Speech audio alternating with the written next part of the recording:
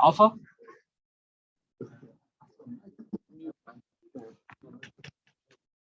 Yeah, I'm just trying to see how I can make you co-host or something like that.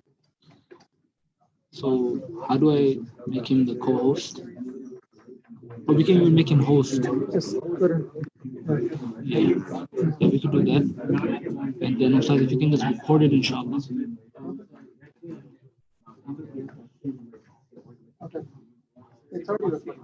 Okay. Yeah. Okay. Okay. Jazakallah khair. So.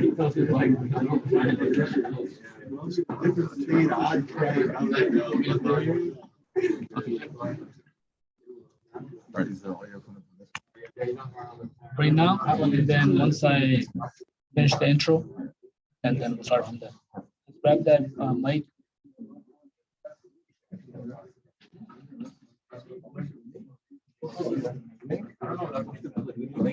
Yes, we do. It's on the website.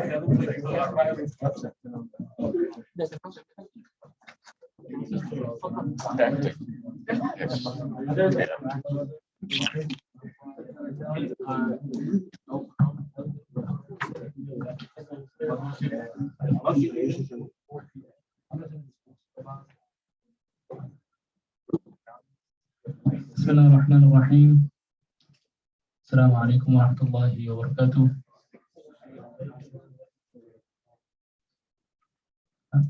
اللهم صل على محمد وعلى ال محمد كما صليت على ابراهيم وعلى ال ابراهيم انك حميد مجيد. رب اشرح لي صدري ويسر لي امري واحلل عقدة من لساني يفقهوا قولي.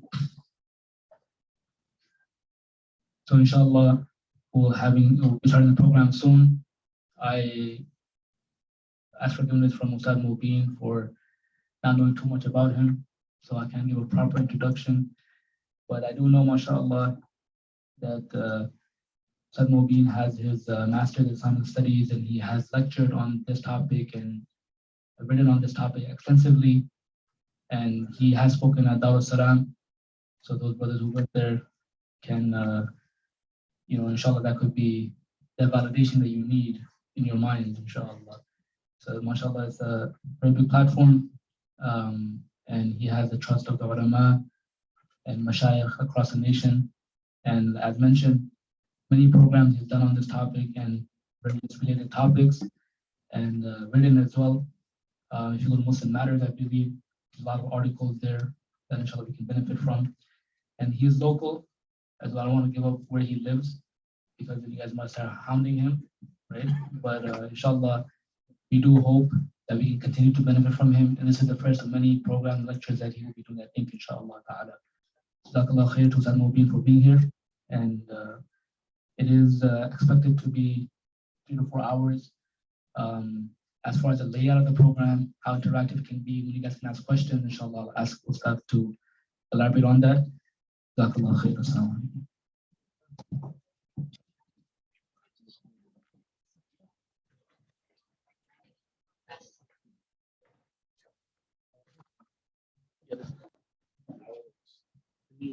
Let me mute myself and then you can.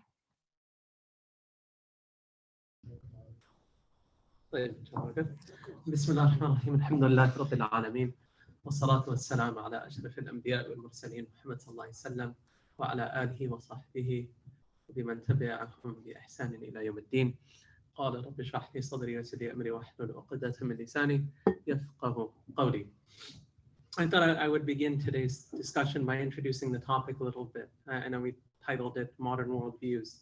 And I think the topic will make sense if we start maybe from a different angle. I remember a few years ago, I was in a conversation with a gentleman who was a Syrian Christian, and he had multiple PhDs actually. He had studied the history of Arabs in Muslim lands, especially Christianity in Muslim lands. And there's actually a good book on this by a Christian Arab named Sidney Griffith. He has a book called A Church in the Shadow of the Mosque. And he asks the question, how did places that were heartland Christian societies become Muslim, majority Muslim? And so you see this with Palestine, you see this with Syria, we see this with any number of countries where traditionally, when Islam entered those regions, they were almost exclusively Christian societies. And in a pretty rapid time, they became majority Muslim, right? The languages changed, everything changed. And many Orientalists today, and Islamophobes, their essential argument is that Muslims forced Christians to convert. What Sidney Griffith and the person I was talking to was really insisting was that that wasn't the case. It wasn't the case that people were forced to convert. What basically happens is that people were living in a society where Islam became dominant, where the adans were going on in the street, where people are using Arabic as a language. So traditional Christian societies pre-Islam were not speaking in Arabic, right? The original languages were Syriac, for instance, right? That's sort of their older languages. Arabic is something that they had to learn. And even the language of Arabic was something where the theology, the beliefs and practices of Islam were already embedded and rooted in the language.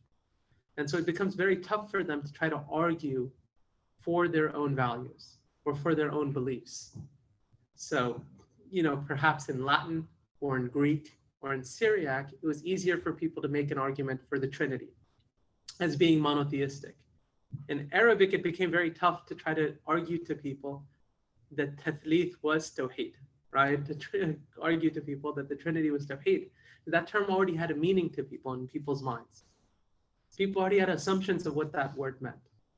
And in fact, if you go to very, very early Christian apologetics, where Christians are arguing against Muslims, they're trying to defend Christianity using verses from the Quran at times.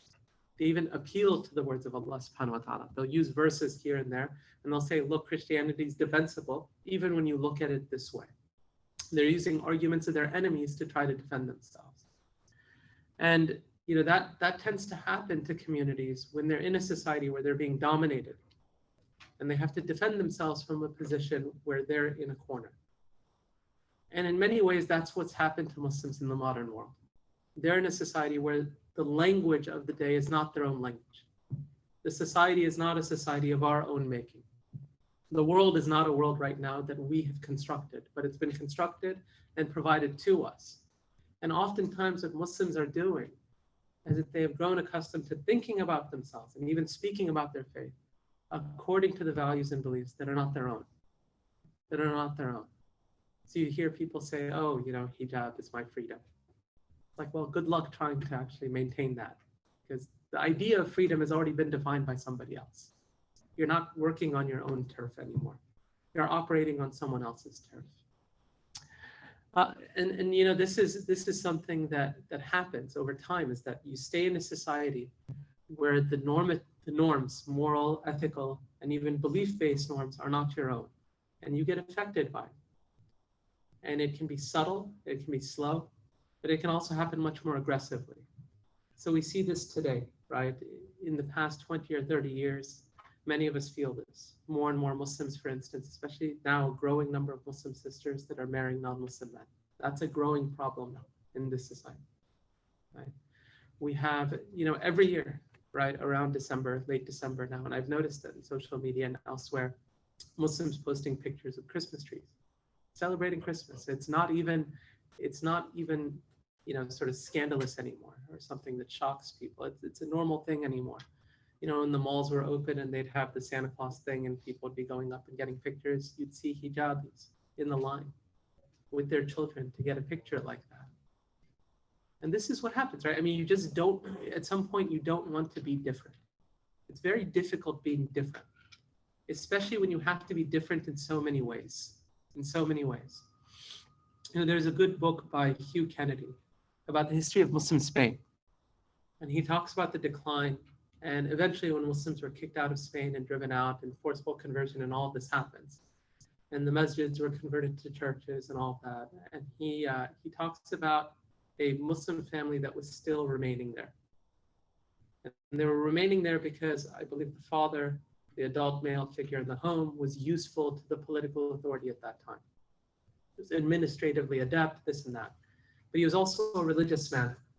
And he records in the book one of the khutbahs. He used to do khutbahs at his home now, right? And this is a place where when he was young, masjids were everywhere. Adhans were going off. Now he's at his home, Muslims are gone. They've all gone. He has a handful of people at his home. And he's giving this khutbah. And he says in the khutbah, he says the saddest thing is, he said, our children, he said, only Allah knows whether they're going to grow up and still be praying salah. And only Allah knows whether they're going to grow up and still be eating halal meat. He says that in the khutbah. And so when we think about what's happening to Muslims, this is really what's at stake.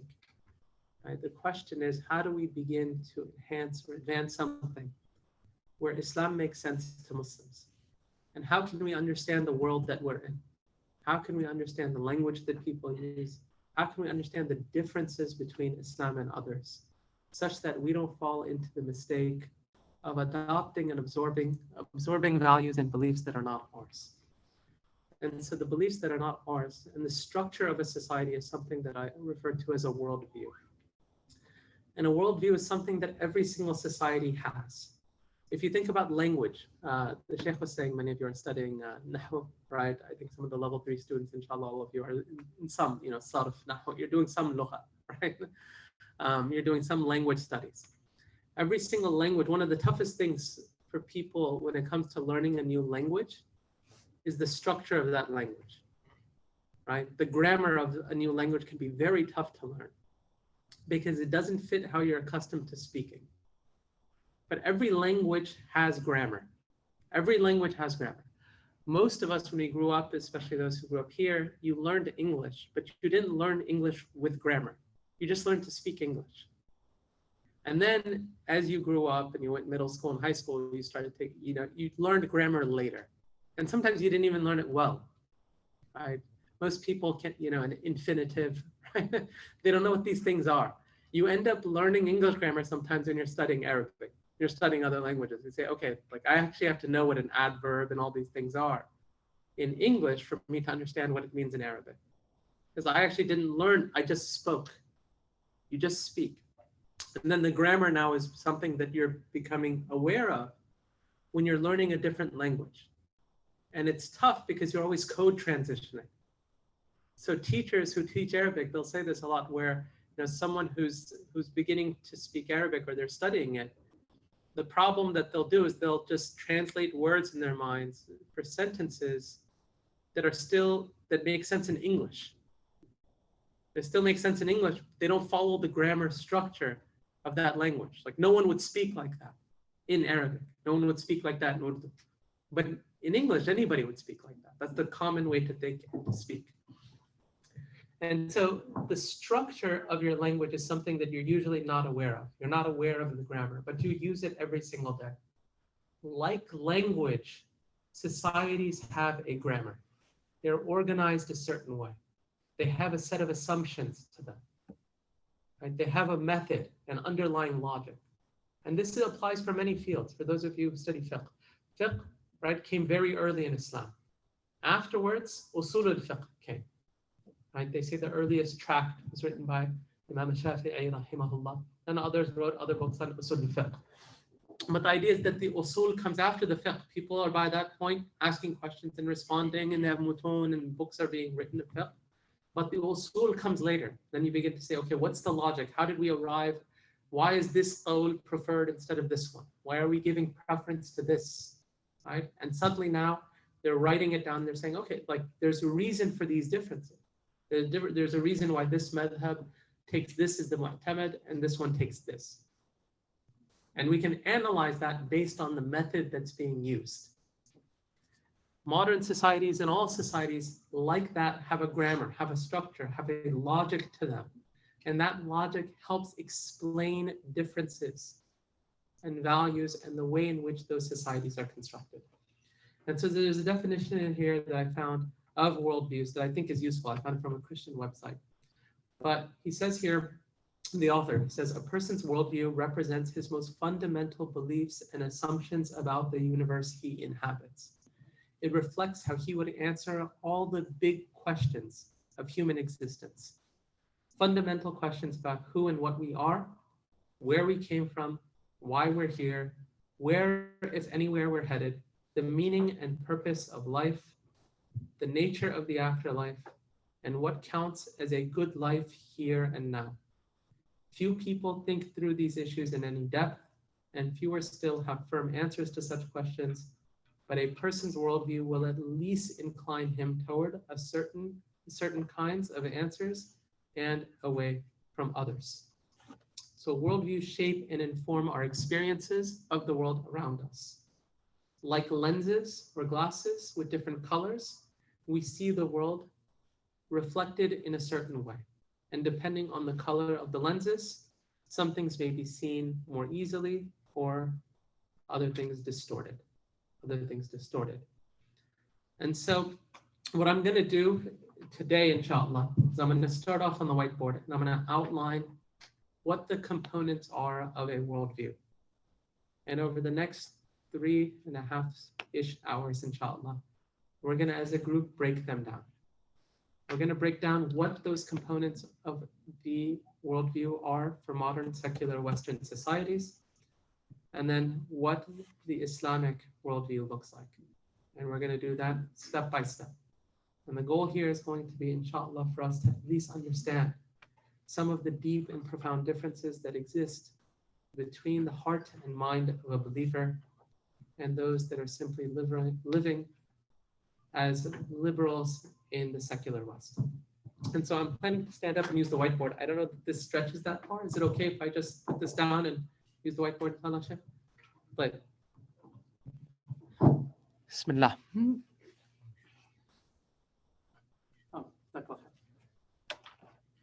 So what I'm going to do is I'm just going to put the terms on the board and then I'll explain what the terms mean. So the first term I'm going to put on this board.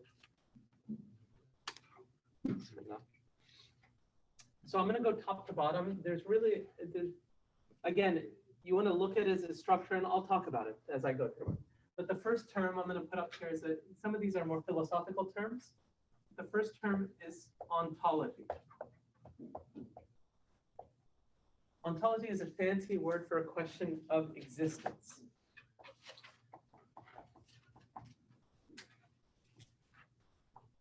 So ontology answers the question of what exists. You want to think about it like that, okay? What exists? So every single worldview, every society has an answer to this question. What we'll go through is the answer to that question for us, especially as modern Westerners. Okay? If you believe God exists, then you have what's called a theology,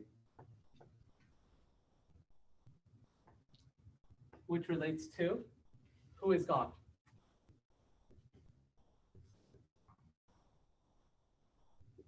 Okay? Who is God?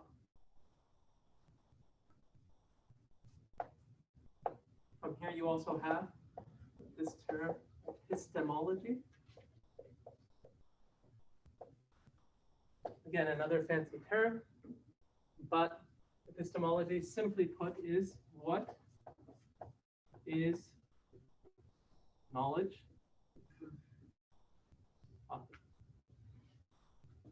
Also, it answers the question, how do we know what we know?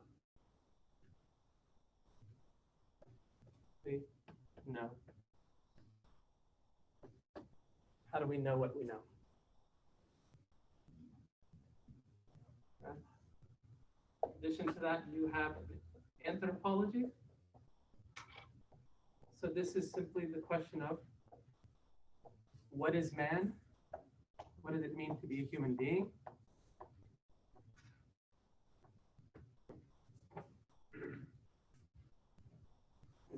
Teleology.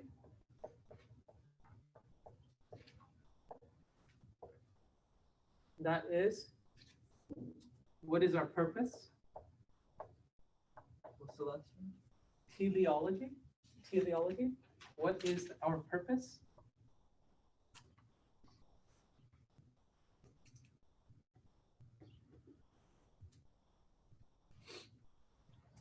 The morality and ethics.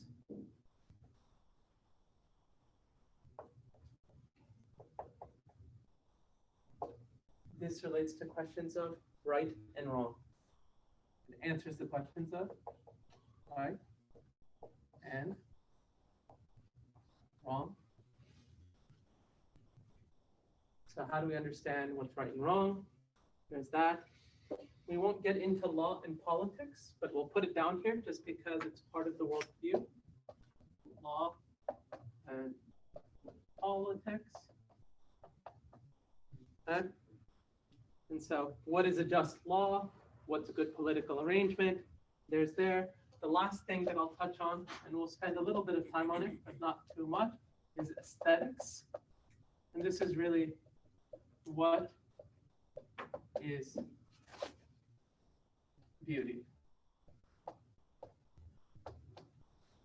What does it mean for something to possess beauty? So inshallah, for today's sessions, what we'll do is we're going to try our best to answer these questions to the extent possible.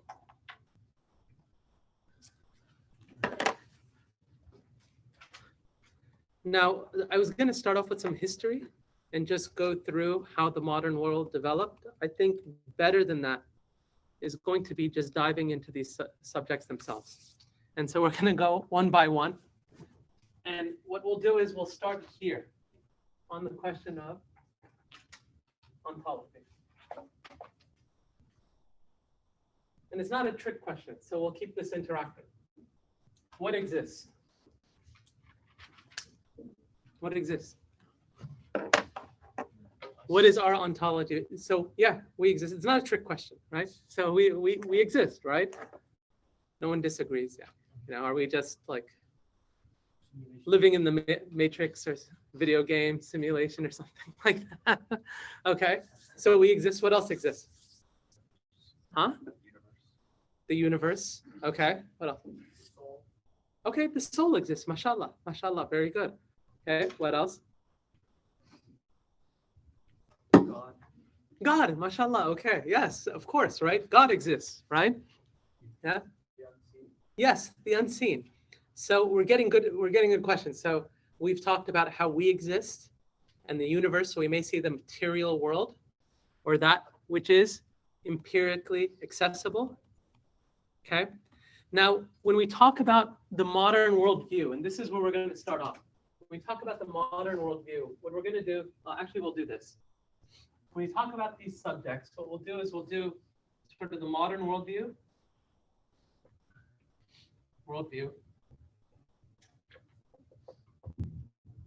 And then we'll go through Islam, right? The questions, or how we answer these questions for Muslims, right? Again, we're talking about basic assumptions. Okay? And when I talk about the modern worldview, I'm not saying that every single person has the same view.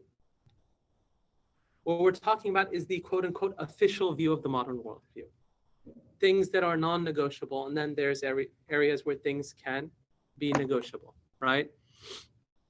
So in the modern worldview, let's go through this. We talked about things like, we said we exist as individuals. In the modern worldview, there's agreement on that. They'd say we all exist. The universe exists. How do we know the universe exists? We can see it. We can observe it. We can study it. That exists. Those are realities that exist for modern people. So we'd say that the modern worldview acknowledges that which is empirically accessible. Things that we can observe, things that we can touch, things that we can feel, things that we can rationalize. The modern world officially accepts this. But then we started talking about things that are not empirically accessible.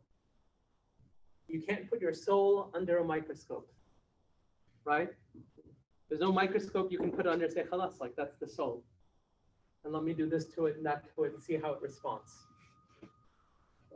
So the soul, its existence, they'd say today, sure, you can believe in a soul, but it's not an agreed upon thing, right? You can believe in God.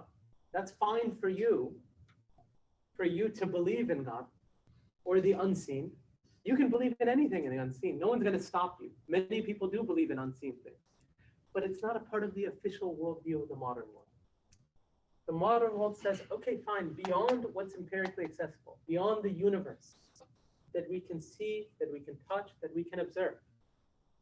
Everything else is basically subject to your own personal private beliefs. You can believe that there's a soul, someone else may disagree with you. That person's disagreement with you is considered completely reasonable. You can believe there's a God, someone else can believe there's not a God. Okay? So God and the unseen are not part of the official worldview, such that a person today can make an argument on the basis of God's existence, or on the basis of the ghaib, or could say, well, we don't want that law because it could hurt a person's soul, right? Like someone says, well, who does it harm? They say it could harm those people's soul. They say, well, that's your superstitious belief. Not everyone believes that, right? Not everyone even believes that there is such a thing as a soul. We can't make an argument about some aspect of reality and base that on your belief in God. They'd say that that's something that's subjective. Okay? Now, and this is different, right? When we talk about what believes, and I want to say this very clearly, because when we say what exists, we're not saying that this is what exists according to us as Muslims. This is what exists. And if someone rejects the ghaib, it doesn't mean the ghaib's not there. Someone can reject the soul as existing. The soul, they still have a soul. Someone can say, I don't believe in God. They're not believing God doesn't change the fact that Allah exists. And the official worldview for Muslim society since time immemorial, and not just Muslim society, just about every traditional society, was one in which the official worldview, as part of its ontology, acknowledged and maintained the existence of some element of the unseen. All of them did. All of them did. The idea that God didn't exist, it was taken for granted. It was taken for granted. And so someone might say, did people not believe in God? Maybe some didn't. But the official worldview took for granted that God exists. So you might say, does this cup exist? Sure, right? You can have your opinion and say, I don't believe in the cup. I don't believe that this exists. Say, fine, that's your belief, but you're going to look like a fool saying it, number one. And number two, that's just we're going to write you off for having that view. No one's going to take that seriously. Anybody with half a brain is going to say, of course that exists. And when something exists as part of the official worldview of a society, that's how they're going to take it. That's how they're going to take it. Now, from the perspective of the modern world, as we said, what fills the ontology box is that which is observable, that which is observable, that which has empirical access and is physically evident. As Muslims, we believe that there's a seen and an unseen realm. The modern worldview only recognizes the seen realm. In the Quran, when Allah subhanahu wa ta'ala speaks about the seen realm, what does he refer to it as? The seen and the unseen. This comes up often in the Quran. The shahada. So the modern worldview, we might say, only accepts the shahada. This is central to modern ontology. And this is something we'll see throughout worldview. When we go through the categories, one of the projects of modernity has been to shrink. It's been to shrink or reduce aspects of society and reality. So what they do is they cut things off. It's not that they've expanded the world. They've actually reduced quite a bit of it. And they've said that this is all that exists. This is all that exists. So they've limited the scope of their ontology. And whatever modern science can investigate becomes relevant to modern ontology. Charles Taylor, he's a famous Christian philosopher. He wrote in his book called The Secular Age, he said, how did we get from the point where 500 years ago it was impossible not to believe in God? And that there was a permeability between the seen and unseen realm, an interpenetration between the visible and unseen reality, to where in the 21st century, people can't even seriously entertain God. And everything else is viewed as mythological superstition. It's an important question. It's an important question. Okay? Now, we said that Allah subhanahu wa ta'ala in the Quran, he refers to the shahada and he refers to the ghaib. Ghaib. When verses mention the shahada and the ghaib, which one is given priority? The ghaib. MashaAllah, Jazakallah khair. Alim al-ghaybi wa shahada. The ghayb comes before the shahada. It precedes it in its tartib, right? In the tartib of the ayat, the ghayb comes first. It's more real, it's more fundamental. When Allah subhanahu wa ta'ala speaks about the akhirah, speaks about the day of judgment, those are referred to as realities. Al-haqqa, al-haqqa. When Allah subhanahu wa ta'ala is referring to the dunya, He's referring to it as something that is illusory, something that can deceive a person.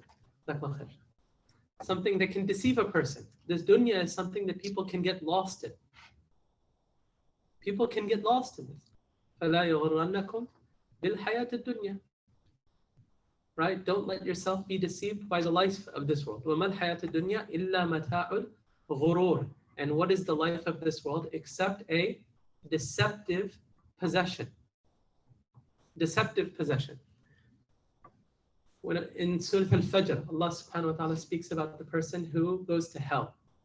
And he is regretting his life, and he is regretting his decisions he made. And he says, Ya laytani qaddamtu li hayati. Woe to me if I only prepared for my life, li hayati.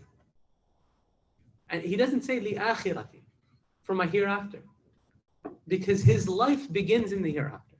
The akhirah is his life. Now, he's in front of Allah. He recognizes it. He says, Ya laytani qaddamtu li hayati. Woe to me if only I prepared for my life. This is nothing. This is nothing. Your life is there. That's what he is saying. That's what he is saying. So the ghayb is something much more fundamental. It's real. This world itself is seen as something that can confuse you. It's a life in which a person can go astray very easily. A person susceptible to being deluded. Ghurur. This is the dunya. This is the dunya. A person they can see something and not recognize it for what it is. But the ghayb is a reality that exists. It's something that a person, when they understand the ghayb, they say, this is so much bigger and so much more substantial than it. What else is in the ghayb? So you say Allah subhanahu wa ta'ala, right? We don't see Allah, right? Sort of empirically access Allah. But what else exists in the ghayb? Huh? Angels, jinn, Jazakallah khair, right? All of these things exist, right? We don't say, oh, these were like fables from like 1400, the Arabs back then used to hold them or something like that, right? We say no, that these are actual realities. Jinn, right? We don't say, the Arabs had these like folk beliefs and Islam went along with it. Surah Al-Jinn, Allah subhanahu wa ta'ala tells us about jinn that accepted the Quran, right? قَدْ سَمِعَ اللَّهُ قَوْلَ الَّتِي No, إِنَّا سَمِعْنَا قُرْآنًا عَجَبًا, right? The jinn. In Surah Al-Jinn, they say that we heard the Quran and they were amazed by hearing the Quran. They were amazed by hearing the Quran. And so we see that the jinn are real. Angels are real. Angels are real. We have so many ahadith where the Prophet ﷺ tells us about the angels and the malaika, right? فَاجْتَمَعَ قَوْمٌ فِي بَيْتٍ مِّن بُيُوتِ اللَّهِ يَقْرَؤُونَ الْقُرْآنَ وَيَتَدَارَسُونَهُ إِلَّا نَزَلَتْهُمُ الرَّحْمَةُ وَحَفَّتْهُمُ الْمَلَائِكَةُ. That no one gathers in one of the houses of Allah studying the Quran and reciting it, except that mercy descends on them and the angels surround them. The angels surround them. So we believe this. That when we're in places like this, as you all are studying the Quran, you're learning Allah, that the malaika come into here. They come into here. They are real. They're present in gatherings. When you're studying the Quran, when the khutbah is being given, when the salah is occurring, the angels are there. The angels are there. And so these things today, they can cause discomfort for Muslims. A non-Muslim will read the Quran or some Islamic text and they'll say, oh, you guys believe in like these things called jinn and you believe in angels and this and that, right?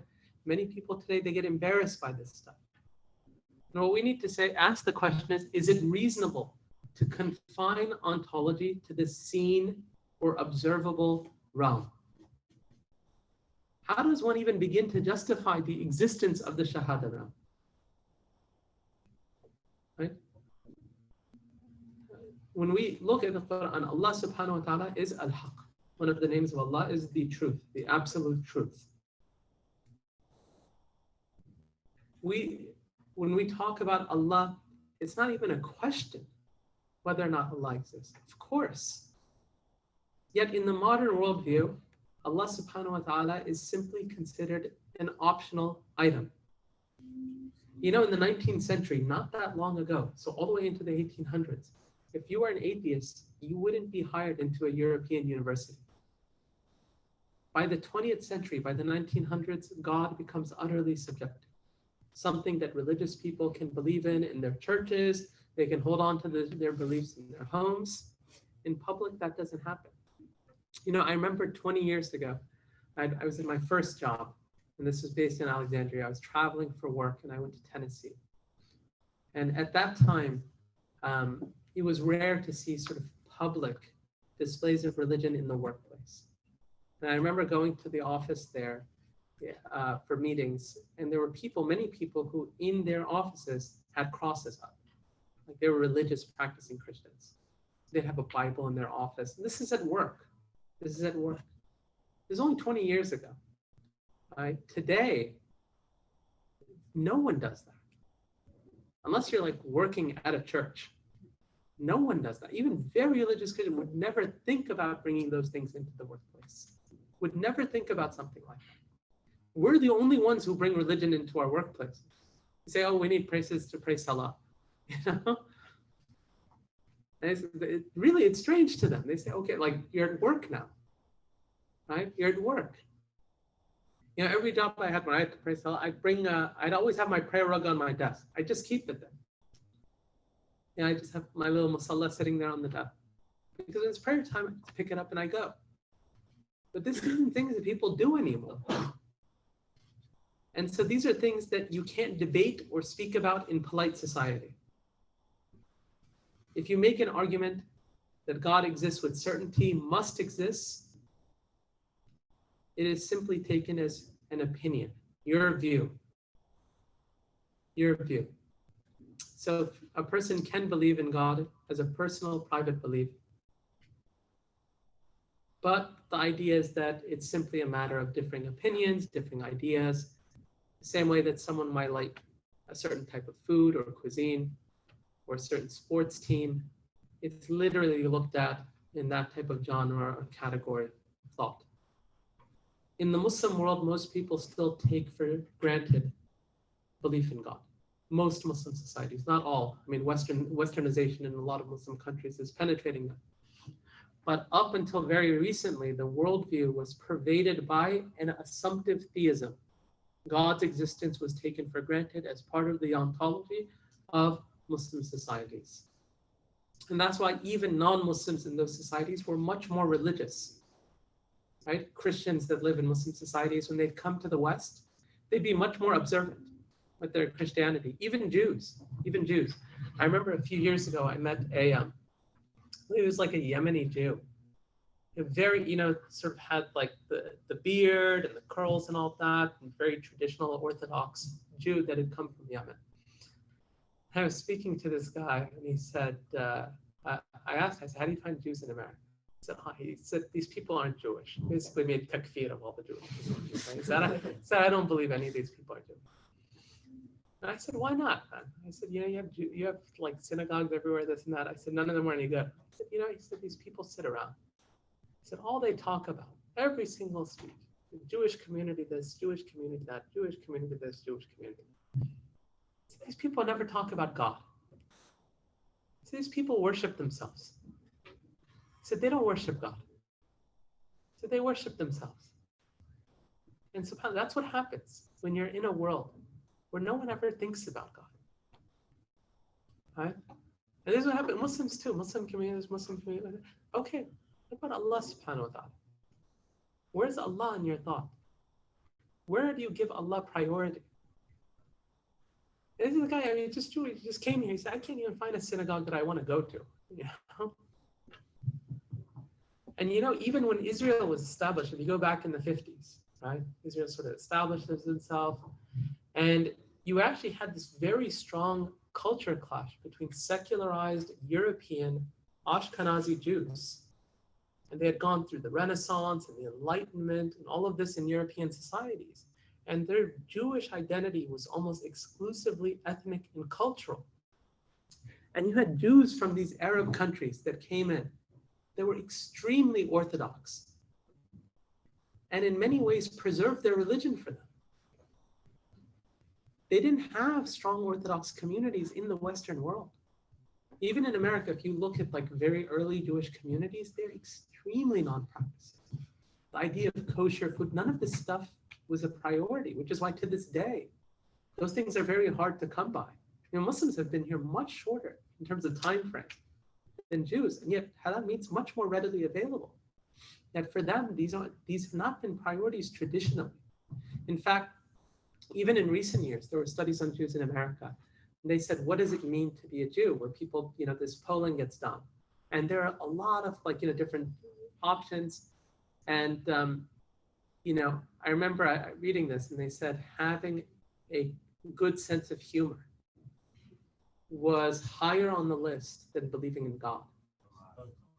Having a good sense of humor, like that was more essential to what it meant to be a Jew in their mind. Like that's just what it was. And so these things are very instructive for us, right? Where religion as a category is not central to the worldview. Many Muslims here will go to Muslim societies that are still a bit more religious, and they'll say, oh, they feel out of place. They'll feel out of place. They'll say, oh, these people are so extreme. Yeah? And everybody has to wear hijab and niqab and this and that. Everybody. Yeah, every single last say, how come women aren't wearing, how come they can't show, at least some women can't show their, you know? Say every brother's got beard, everyone's dressed like this. Say, you know, where have you been living for so long? That your just mind has broadened this way. Where you just turn, I mean, people go to the haram. The Muslims, they'll go for Umrah, they'll go for Hajj, and they'll come back and they'll talk about that. That's one of the things they'll observe. They'll say, oh, you know, it's great, but you know, people there, they're just too much. It's too much religion all the time. Everywhere you go, religion this, religion that. It shouldn't be like that. What are you talking about? Yeah? Where did you think you were going? You know? What do you think you were going to do? Seriously. You know, one of the brothers I know, he runs a Hajj group. He told me a couple of years ago, it was just a side note. He said a couple of years ago, the Hajj group, they had like their VIP package, which was very expensive. And he said afterwards, he said there was one of the people, he said one of the families said they wanted the money back from the VIP package.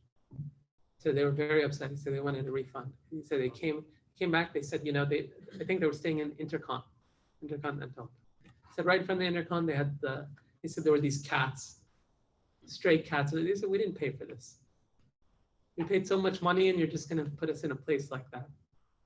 He said, these people, they're just too used to luxury, right? Like this is the world that they're in.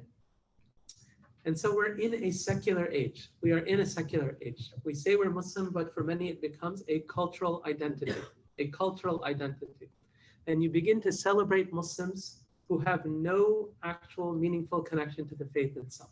No connection to the faith itself. And you you grow accustomed to seeing people that have Muslim names, come from Muslim families, but openly rejected in many ways. Openly rejected in many ways. Comedians, actors, athletes, the list goes on. The list goes on. The majority actually of American Jews today are atheists. Like, how can you even claim to be God's chosen people if you don't believe in God? You don't even believe in God. How can you be his chosen people? You know?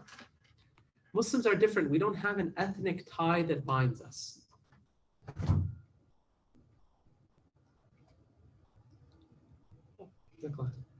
So now let's continue here. We said that one of the things that the modern worldview does is that it's a reductive or it's a constrictive process. It's a process of constriction. Okay? It's a process of constriction. We don't disagree that the Shahada exists. Of course it exists. We recognize that we exist, that the world exists, that the universe exists. The question we ask is there anything other than the Shahada? And we'd say, absolutely there is. And we'd say that, in fact, the vast majority of human beings that have ever existed held to this. So if you look at Shakespeare, late 16th century, early 17th century, some of his old plays, very Christian, very theocentric, right? Oh, to me, my sins, this and that. Shakespeare wrote that way, right? Hamlet, oh, my sin, right? That's just that was, Shakespeare wasn't like a religious writer. Everyone thought that way at that time. There was no religious mission required. This was universally understood. With the progression and change of worldviews, you begin to realize that worldviews take time to change. So even by Shakespeare, the worldview is in the midst of transition, and yet some people are still taking many of these things for granted. And this is important for us because we get to realize just how new the modern worldview is. Modern assumptions about ontology and existence are exceedingly new. We're talking about something that really got established within the last 100 years, really in the last 100 years. And if you look at that, you say, okay, that's like a drop in the bucket. That's yesterday. That's yesterday in the grand scheme of things. This country itself, 1776 till now, just the last 100 years, people have been assuming this. The world itself, thousands and thousands of years people have been living. Just this past 100 years, this has been sort of the take it for granted part of the worldview. Okay? Now, we'll talk about a few things with respect to the differences in our ontologies. Okay? Now, we said that ontological priority is given to the ghaib. And the shahada is a manifestation of the ghaib. We see in the shahada Allah's wisdom, Allah's power, Allah's lutf, His kindness. But let's ask this question. We have the shahada and we have the ghaib. Which is bigger? The ghaib. Much bigger, in fact. Much, much bigger. We have many ahadith on this, where the Prophet ﷺ talks about the ghaib. Does anyone know any hadith where the Prophet ﷺ talks about the ghaib and tells us so?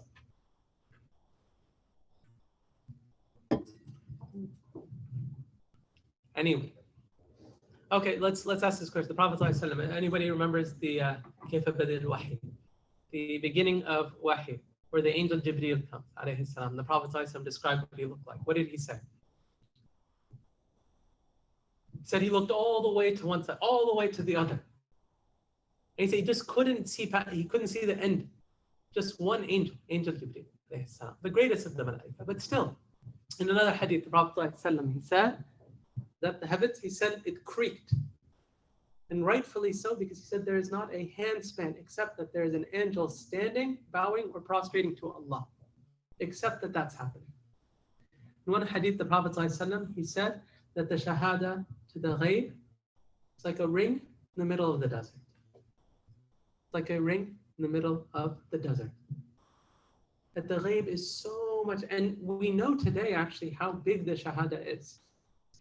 That the galaxies and how far they go, and planets and planetary systems and millions of light years away. And yet all of that, in terms of what exists, is very small, very small. When you put it in perspective of everything that exists.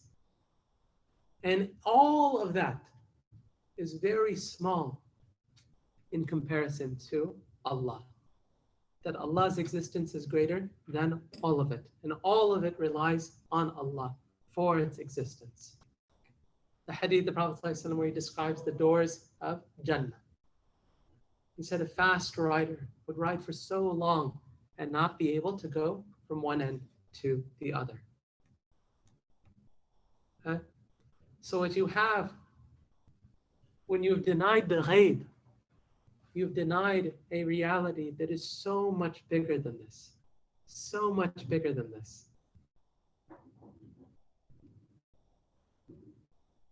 Okay?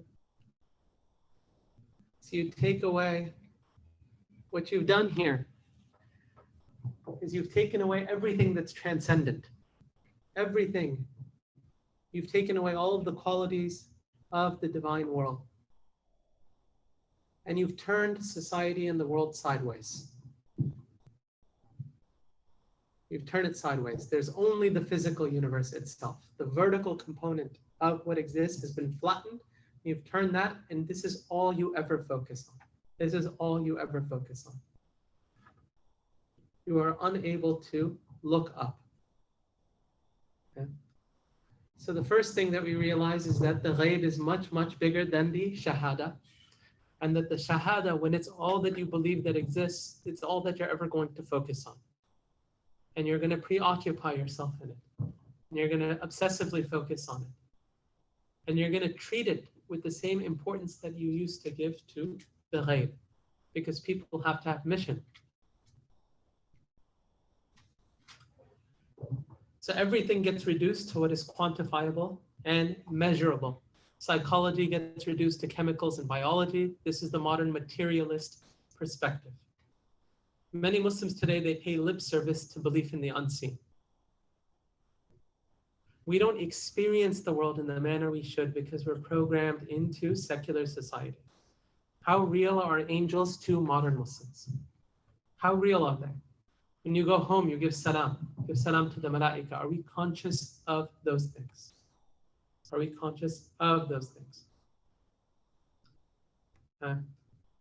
So we see the shift of paradigm occurring at the level of the unseen realm. When it comes to theology and the question of God, we can say that God traditionally in all society was taken for granted, but that begins to change, certainly in the 18th century, 19th century, 20th century, really with the transitions beginning in the 15th century of the Renaissance. You have the Reformation, you have the Enlightenment, you have the Scientific Revolution. It's a long story, but all of those things come together to make the idea of God simply optional or less plausible to the average person. Less plausible to the average person. Okay. Now, we said that what this does is it produces an effect where all people do is focus on the shahada. They obsessively focus on it, and they give everything material explanations. So psychology, what happens in this world. Conversely, when you have a more expansive worldview, you're able to connect and draw purpose and meaning between those two, because you realize that the two are actually very deeply connected. Allah subhanahu wa ta'ala in the Quran, for instance, tells us about who sends the rain. Allah sends it. He attributes it to himself. Plants from the seed. أَأَنْتُمْ تَزْرَعُونَهُ مِنَ الْمُزْنِ أَمْ نَحْنُ الزَّارِعُونَ. Allah says, do you sort of cultivate and plant these seeds to germinate, or do we do it? Do we do it? It's Allah who does it. Allah who does it. Right? If we say that the rain occurs because water is evaporated and condensed and photosynthesis and all of that, we'd say, okay, that's like true in a certain perspective, but it's not the ultimate answer, right? Right? We'd say, okay, yes, that occurs. That's what's sort of observable to us. But that's not to say that there's nothing else to say about it. We'd say that those are simply patterns according to which Allah brings about rain. But the ultimate agent behind it is Allah. Right? When you eat food, Alhamdulillah, الذي أطعمني هذا الطعام ورزقنيه من غير حول مني ولا قوة. Say Alhamdulillah to the one who fed me the food and gave me provision من غير حول مني ولا قوة, without any power or might from me.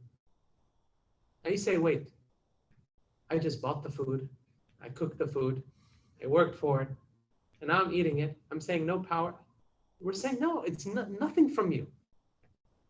Allah is the one who did this. Allah is the one who did this, not you. This is everything that happens. This is everything that happens. And when you believe in a deterministic, materialistic world, dua is pointless. Because you don't believe it has any effect. You don't believe, why would you ask Allah for something if it's not going to happen? If Allah subhanahu wa ta'ala isn't actively inserting himself in the world and changing things, which are easy for him, why would you ask Allah for anything? And so these are the types of consequences that come about. People stop making dua to Allah in a secular society because, hey, it's just like a personal, private conviction that some people have. Some people believe in God, fine, good for them. They don't refer to God very much in public society. They don't associate things that are happening in the world to God. Very rarely does that happen. Right? Very few people look up and say, Subhanallah, Rabbana ma khalaqta hadha batila. And that's what they're supposed to do. That's how the believer is supposed to think about things. Right? When things happen in the world around them, that's what they're supposed to do. In fact, so much is dependent on Allah that theologically, there's been a debate, right? There's been a debate among some scholars where they said, look, what is the nature of this world? Does Allah subhanahu wa ta'ala recreate the world at every fraction of an instance? That Allah is recreating everything. Like a comic, right? Where you have all these papers and you sort of flip them together and it looks like a stream. But each one is an independent instantiation of that comic. And they say that that's what the world is. Where Allah subhanahu wa ta'ala at each moment is recreating every single thing. Or do things have some baqa that Allah subhanahu wa ta'ala is providing for? And He's still fueling it. He's the agent and controller, but He's giving it some baqa. The vast majority of scholars actually said the former. They said Allah, every moment Allah is bringing the world into existence. Every single moment, this is Allah. That's what the majority of the scholars said of Aqeedah. And now you're living in a world where people don't even think God exists. And where, as an official point of view, you can't even say, Ya akhi, that's displeasing to Allah. Why would you want to do that? Why would you want to have a society that God hates? Why would you want to have a society that is cultivating people that are going to go to hell? Why would you want that? You can't even talk about these things anymore in serious and polite circles. Where you say, what can be more important than this? You're breathing because of Him, Azza wa Jal. That's why you're breathing. Like everything you can do, right? This is Him. And yet I can't even bring Him up. And yet we're not supposed to talk about God. We're not supposed to think about Him. And it's not just us. The materialist, everything is dead matter. Everything is dead matter. Right? We talk about the soul. There's no soul for the materialist. We're just dead matter that exists. Flesh. You can analyze us under a microscope. Animals, all of these things, they happen through evolutionary processes. Allah says, إِن مِّن شَيْءٍ إِلَّا يُسَبِّحُ بِحَمْدِهِ. There is nothing except that it glorifies Allah's praise. This is the world around us.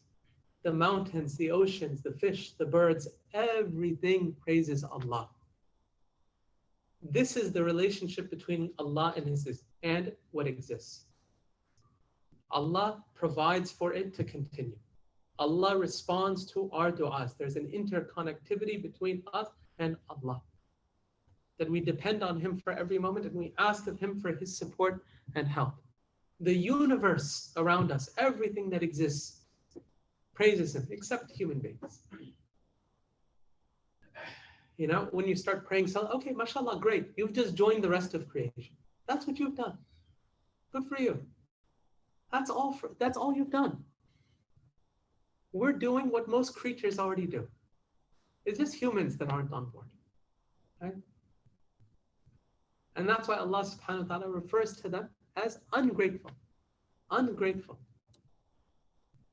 And so the difference at the ontological level is huge. It is huge. It is very difficult to overstate just how big it is to live in a society that takes as an ontological given that the only thing that exists is the shahada. And anything outside of the shahada is just your opinion. You can believe it, you cannot believe it, but it's something that it's not official. It's not something that we can build arguments around. It's not something that's going to be asserted in the public square. No politician running for office is going to say, well, I have policy X because, that's what God told us, how we should be living. No one's going to speak like that. No one's going to speak like that. Right? Fewer and fewer people even believe in God, and that's what's going to happen. That's what's going to happen. How can people continue to believe in God when they don't even speak about him, when they don't think about him? Right? فَلَا تَكُونُوا كَالَّذِينَ نَسُوا اللَّهَ فَأَنْسَاهُمْ أَنفُسَهُم. Don't be like those who forgot Allah, because in forgetting Allah, they forgot themselves. They forgot themselves. فَأَنْسَاهُمْ أَنفُسَهُم. This is what happens. And so this is essential for Muslims. When you think about secularizing your mind, modern society is built on the structure of secularity, where God exists in the masjid, he exists in the church, he exists in your home. And that's an optional thing that you can talk about. But when we're in polite society, when we're in public, you don't bring it up there. You don't bring it up there. And that's why, one of the interesting things that happens, I remember there was a brother who had moved here from Pakistan. He was working with me at one job. This is a few years ago. And this is very common most Muslim countries overseas. The two things that you don't talk about at work are religion and politics. You never talk religion and politics at work. In most Muslim countries, that's all people ever talk about. You actually don't talk about other things. You use religion and politics. You sit down, you have chai, you talk religion and politics. This is every single time you talk about it. You're not used to just like talking about sports and the weather, and who would talk about that's not even interesting. What are we gonna sit around and talk about the weather for? And his brother would he'd just come to me and just start these conversations at work. And I told him, I said, we actually don't talk like this at work. What do you guys talk about? He said, these people, this is so boring. Like, how do people talk about this stuff every day? How was your weekend? How was this? How's that? He wants to talk about, he just wants to go right into politics. Hey, this, that, this is just what he's used to thinking. This is how people talk, right? It's not taboo. It's not off limits. This is just how people think. And yet here, these are discussions that no one ever talks about. You don't just walk up to people like, what, you don't believe in God?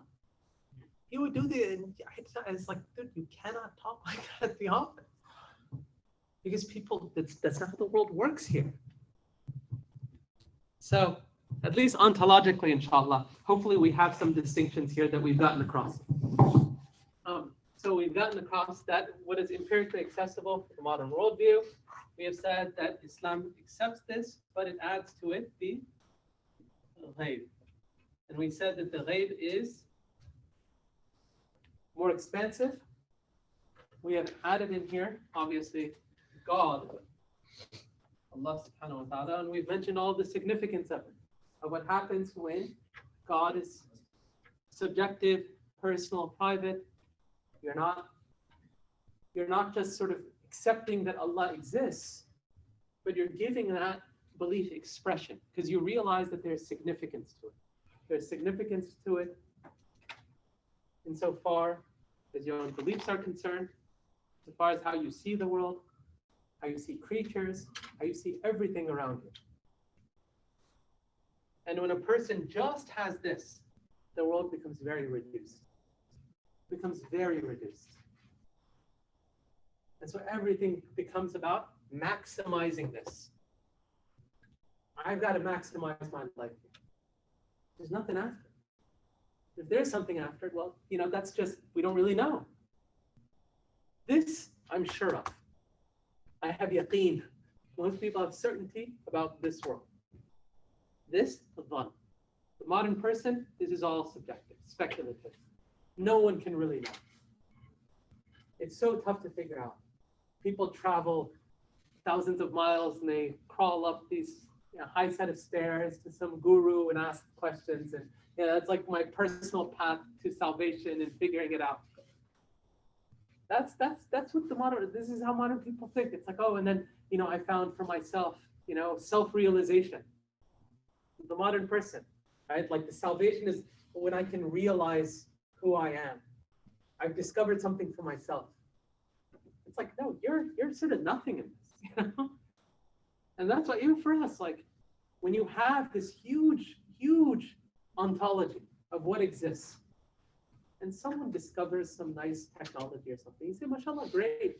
Like that's like really, really nice. But I mean, very small part of what exists. Like you just came out with a new iPhone. Oh, mashallah, good. Okay, whatever. Right? But that's like this big. Right? You're gonna get a big head from that? Who do you think you are? Like you're gonna have such a big head from doing something, and this is all you are in the world. Right? هل أتى على الإنسان حين من الدهر لم يكن شيئا مذكورا. Doesn't it occur to that there was a time where he wasn't even something worth mentioning. It wasn't even worth mentioning. And so our ontological differences are significant.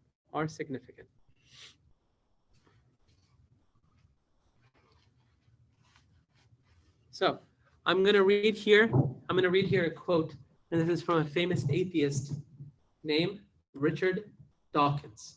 You guys are familiar with him. And he says in this quote, and it just gives you the mentality of people in the modern world, right? It says, in a universe of electrons and selfish genes, blind physical forces, and genetic replication, some people are going to get hurt, others are going to get lucky, and you won't find any rhyme or reason in it, nor any justice. The universe that we observe has precisely the properties we should expect if there is at bottom no design, no purpose, no evil, no good, nothing but pitiless indifference. And so you can see just how depressing, cynical, and nihilistic the world can be when all you have is the modern worldview. So in the Islamic worldview, we have Allah subhanahu wa ta'ala, God, so we have a theology. We have the unseen realm, Adam al-Ghaib. We have the angels, jinn, spirits, the barzakh, Adam al-Barzakh, right? All part of this unseen realm. We have, in agreement with the modern world, the Alam al-Shahada, which is the empirical or seen realm. We also have, as realities as part of our ontology, resurrection and judgment, al-Ma'ad, moral accounting, heaven and hell. This, all according to the modern world, is subjective as well and mostly denied. We also have a world that is infused with meaning. Objective meaning is denied for modern persons. Okay. Now, that's ontology, inshallah. Any questions on this? I'll pause. No questions, huh? Like, bismillah. We'll move next into, I'm sorry? Oh, bismillah. You ever hear that quote, some European guy who's like, by killing God, they killed themselves? I didn't hear that quote. I didn't. Yeah, I mean, probably true. Allah knows. I mean, obviously, we wouldn't frame things that way, obviously, right? But yeah, I mean, this is what a lot of philosophers realized, right? And you don't have to be a rocket scientist to realize it. You deny Allah, anything's gonna go. There's no stopping you. You take Allah out of the picture, and then how are you gonna find agreement on anything? We don't even know what a man and a woman is anymore in a society like this. Really, I mean, some of the most simple things in the world just become subject to like just active debate. You just take Allah out of the picture, and just everything's up for debate suddenly, right? So Allah must have. Tayyib, inshallah. So let's move on to epistemology. Okay. Let's see, I think the eraser.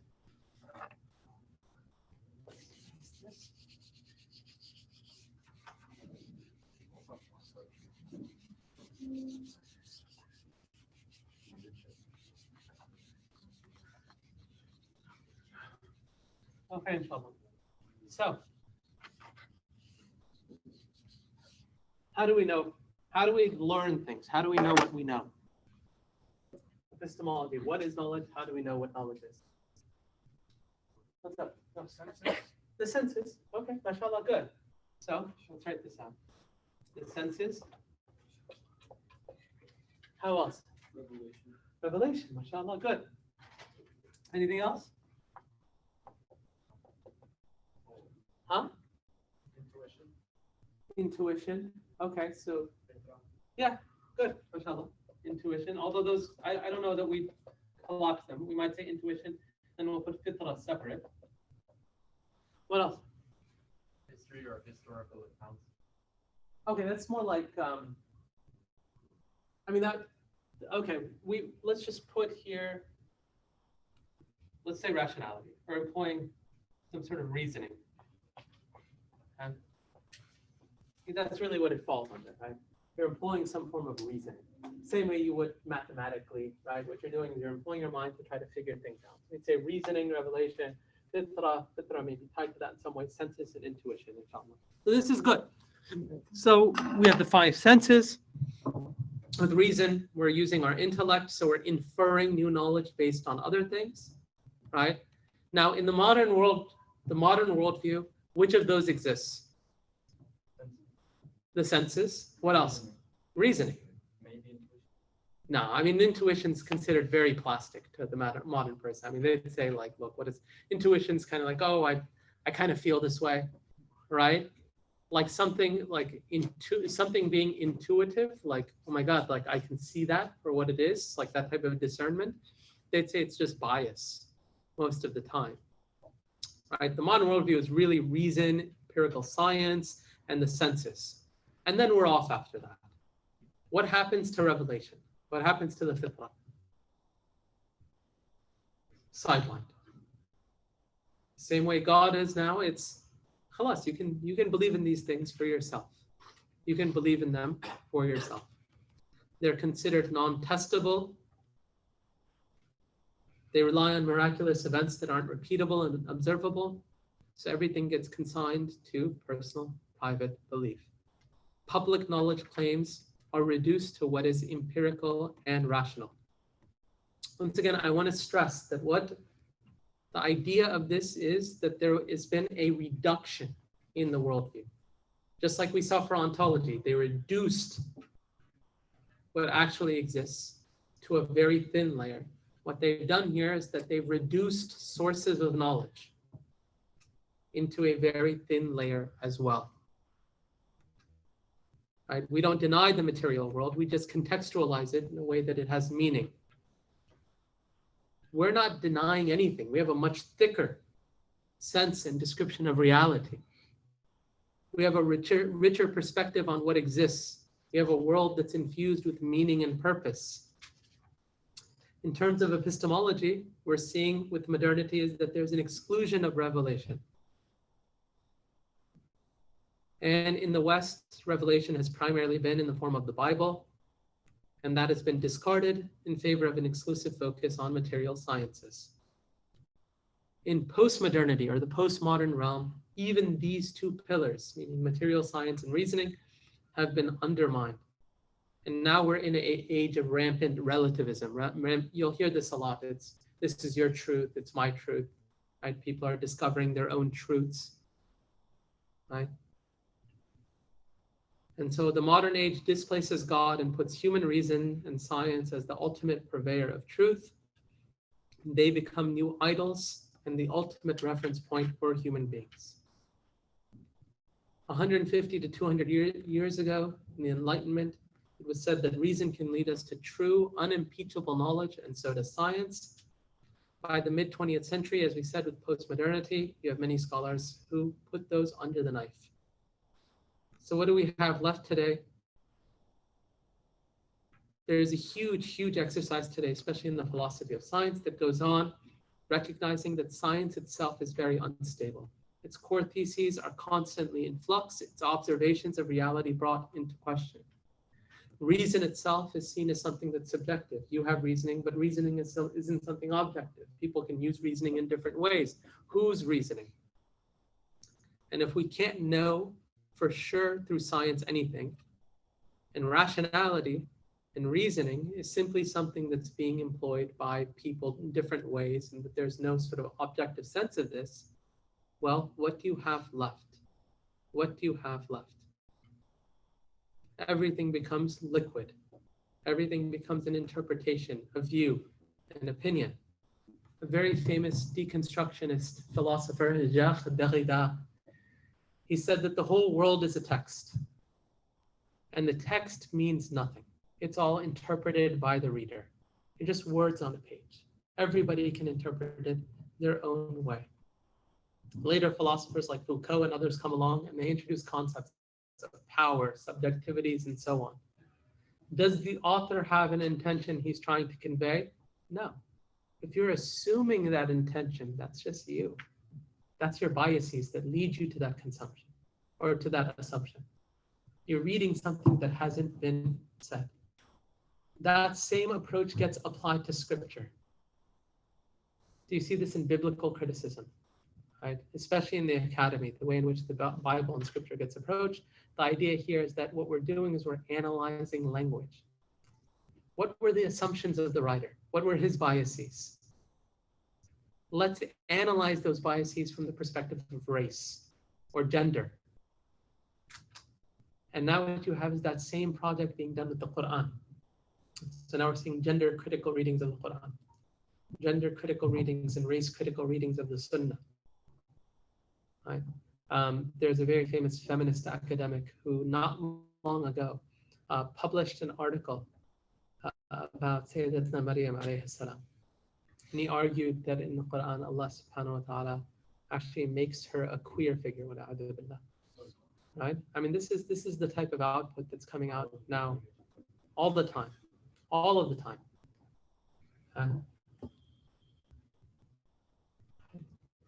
Now, the charge that a universe with a God controlling every atom at every moment doesn't leave. No, let me go through that. Okay. Now, one of the things that we also have as a challenge in this area of epistemology is that as Muslims, we don't have the same history as Christianity. If you look at Christian history, the epoch or the golden age of scientific advancement happens with the decline of Christianity. In some ways, it relies or depends on the decline of Christianity. And that's why the modern world oftentimes pits those two things against one another. When they say religion versus science, more often than not, what they're really talking about is Christianity versus science. Christianity versus science. For Muslims, that's not our history. That is not our history. Our golden age of science happened at the same time as the golden age of deen.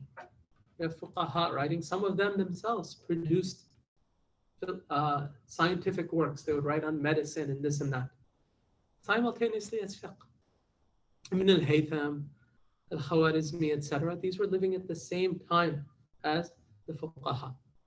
And so one of the problems for us is that, we don't have to take on the assumptions or the problems that are Christianity's issues. That was their problem. That wasn't our problem. We didn't have an issue with, people studying and doing this and doing that and advancing, and, medicine is a big part. Astronomy, the sciences were huge in Muslim societies. And not every person who went into society, the sciences had to reject their deen in doing so. They didn't have to do that. They didn't have to reject the Quran. They didn't have to reject the Sunnah. They didn't have to feel uneasy about it. This is the legacy of Christianity.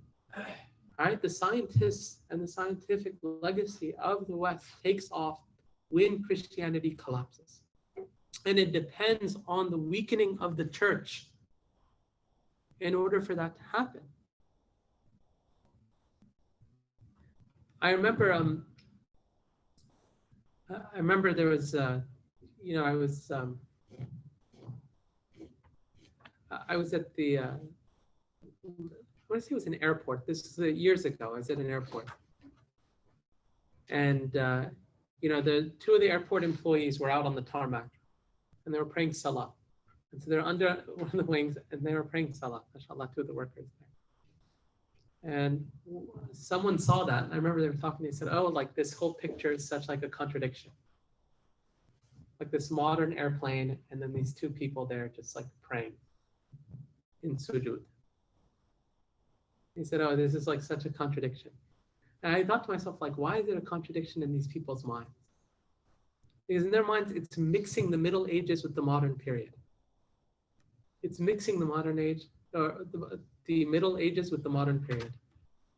I remember one time I was hearing a thinker and he was speaking and he said, every time I see a priest or a nun get on an airplane, I think, you are such a hypocrite. You are such a hypocrite. Like, what are you even doing? You're taking all these fruits of modernity, and that's only happening because you lost. Right? If you didn't lose, you couldn't fly from Dublin to wherever. Right? That's how these people think. That's not, that hasn't been our history. That hasn't been our history. Okay? Now, what I'm going to do is get into a little bit of the philosophy of science, inshallah, just to break that down, because I think it's important for us to understand that. And then after that, what we'll do is we'll round out epistemology, and then we'll go into anthropology. Sound good? Any questions up till now on epistemology? Yeah. Yeah, so you were talking about interpretations, like subjective interpretations. Yep. And stuff. So how, like, I don't know, like where does that fit into like epistemology? So you're saying that that's part of a modern worldview. So what in those like that we pointed out over here stops us from having that same subject? Yeah, I mean, first of all, we believe in objective knowledge, right? Insofar as we believe that there are intended meanings behind words, right? Like we believe that there is an actual, you know, this is one of the things that comes up, right? I remember I was speaking to a Muslim group recently, right? And there was a Muslim sister, she said, no, she said, like, all truths are subjective. I said, no, that's not true at all. And she said, they depend on people's experiences. I said, no, it doesn't matter what your experiences are. Allah is one. Whether your experiences in life are bad or good, Allah is one. The oneness of Allah doesn't depend on you having the best life in the world, or having fun, or having a bad life. It doesn't depend on any of that. Right? The Messenger of Allah ﷺ was his messenger. That doesn't depend on that's true. That's true independent of anything else happening. That is true on its own 2 feet. It stands on its own 2 feet. The day of judgment, the questioning, resurrection, those are truths, whether or not, whatever your experiences are. And you can try to interpret your way out of the words of Allah, but that doesn't make them any less true or make the meanings any less self-evident. This random feminist, whoever talking about Sayyidatna Maryam alayhi salam, can say whatever she wants. That doesn't change the life of Maryam alayhi salam one iota. It doesn't change it one bit. Allah chose her, alayhi salam, and preferred her over the women of mankind. This is it. This woman can talk about her, and this is one of the things, like people can read things however they want. Look, there's a very interesting book by an author named Per Faxnell about feminism and the history of feminism, and how especially many early feminists going back to the 18th century were actually driven by satanic beliefs. And he says that one of their core beliefs was the way that they read the Bible. And so what they had done was the traditional biblical narrative with Satan and Adam alayhi salam and Hawa alayhi salam, is that they had inverted the story. And they said that actually, like the bad guys in the story, were God and Adam, like they were Allah subhanahu wa ta'ala, like they were holding them back. And the devil and Eve were the good guys in the story. Like they were trying to establish their own freedom. Right? And they've completely twisted the story around. Them saying that does nothing to the reality of the story. Obviously, that's not our story, right? Exactly. There's some important differences between us and them, but nevertheless, that's just a lie, right? And that's what Allah tells us. Like, iftara ala Allahi kadhiba. These people invent lies against Allah. They've invented lies against Allah. People invent lies against Allah. It doesn't make them true. Like, you can interpret things certain ways, but your interpretations mean nothing insofar as we can ascertain and apprehend truths about the world. And those truths exist independent of what people say. Right? And so this is where we differ, where we say, no, like, sure, like certain things might be amenable to different interpretations. Some things may be interpreted in multiple ways legitimately. But we also believe that there are objective truths to which any other interpretation is simply false. Any other interpretation is false. You know, Qadiani comes up to you and starts talking about how there's a prophet after the prophet. Khalas, like these people, this is kufr. We're not going to say, oh, like, you know, Khatam al-Nabiyyin, like they've read this in a very interesting way. No. Like, no one's going to say that. Right? We'd say, no, like that's not just a reading of the Quran, like one reading amongst many. Say, no, like there's an objective meaning to that, that is real and true. Anybody who denies it's not a Muslim. Like that's like they've rejected the verse. They haven't interpreted or understood it differently. They've rejected it. Like that's what's going on. Right? Like there's no, oh, like they believe that too, but they just understand differently. No, they rejected it. And so when we talk about like this sort of like this world of subjectivities and interpretation, it oftentimes treats everything as simply a matter of gentlemen's differences, right? Like you have your truth, we have our truth. And I'll tell you this, like this is like a very extreme example. I remember a few years ago, I was on a listserv, and it's an academic listserv with Muslim academics. They're Muslim academics. And one of the people on that listserv sent an email out announcing that he had left Islam and he had converted to Christianity. And he said, this is like one of the hardest emails I've had to send, but I wanted to let you know about, this decision that I finally made, and I was struggling with this and that. And I still remember, like, there were people who responded, like, we're so happy for you, mashallah, mabruk, like you finally found your truth, this and that. I'm like, I mean, literally, they were like, whoa, great, like we're so happy for you, like, mashallah. And I sent this big da'wah email, and everyone, like, a massive da'wah email, literally, But this is what happens, right? I mean, this is really where the modern mind's at. This is what happens to people in the modern world. So to your question, these are the types of things that we have to struggle against, because modern people are conditioned to see everything as choices, to see all choices as legitimate, except for a few, right? Except for like, oh, like, if you make a choice and you're like, you cut against things that are considered sacred for modern people, right? Like that's no-go zone, right? God forbid you're accused of being like misogynistic or homophobic or this and that. But when it comes to things of like ultimate truth, right? It's all just like, oh, everyone's just got an opinion, everyone's got a view. So, that's a fundamental point of departure that we have with modern people. That's based at its root on epistemological differences of how we know what truth is, how we know what reality is. Okay. Now, I'll get into the philosophy of science. Any other questions? Yeah. So you're saying that the difference here is that exclusive to the Islamic worldview is the existence of objective truth, while in the modern worldview, everything is subjective. Yeah, it's not exclusive to the Islamic worldview. We'd say even traditional like Christian societies, we'd say the modern worldview has subjectivized the objective in many places. In many places. And in fact, in some ways, it objectifies things that should be subjective. But it has definitely subjectified the objective. And it treats a lot as matters of mere interpretation, as exercises of one's mind, as opposed to realities and truth.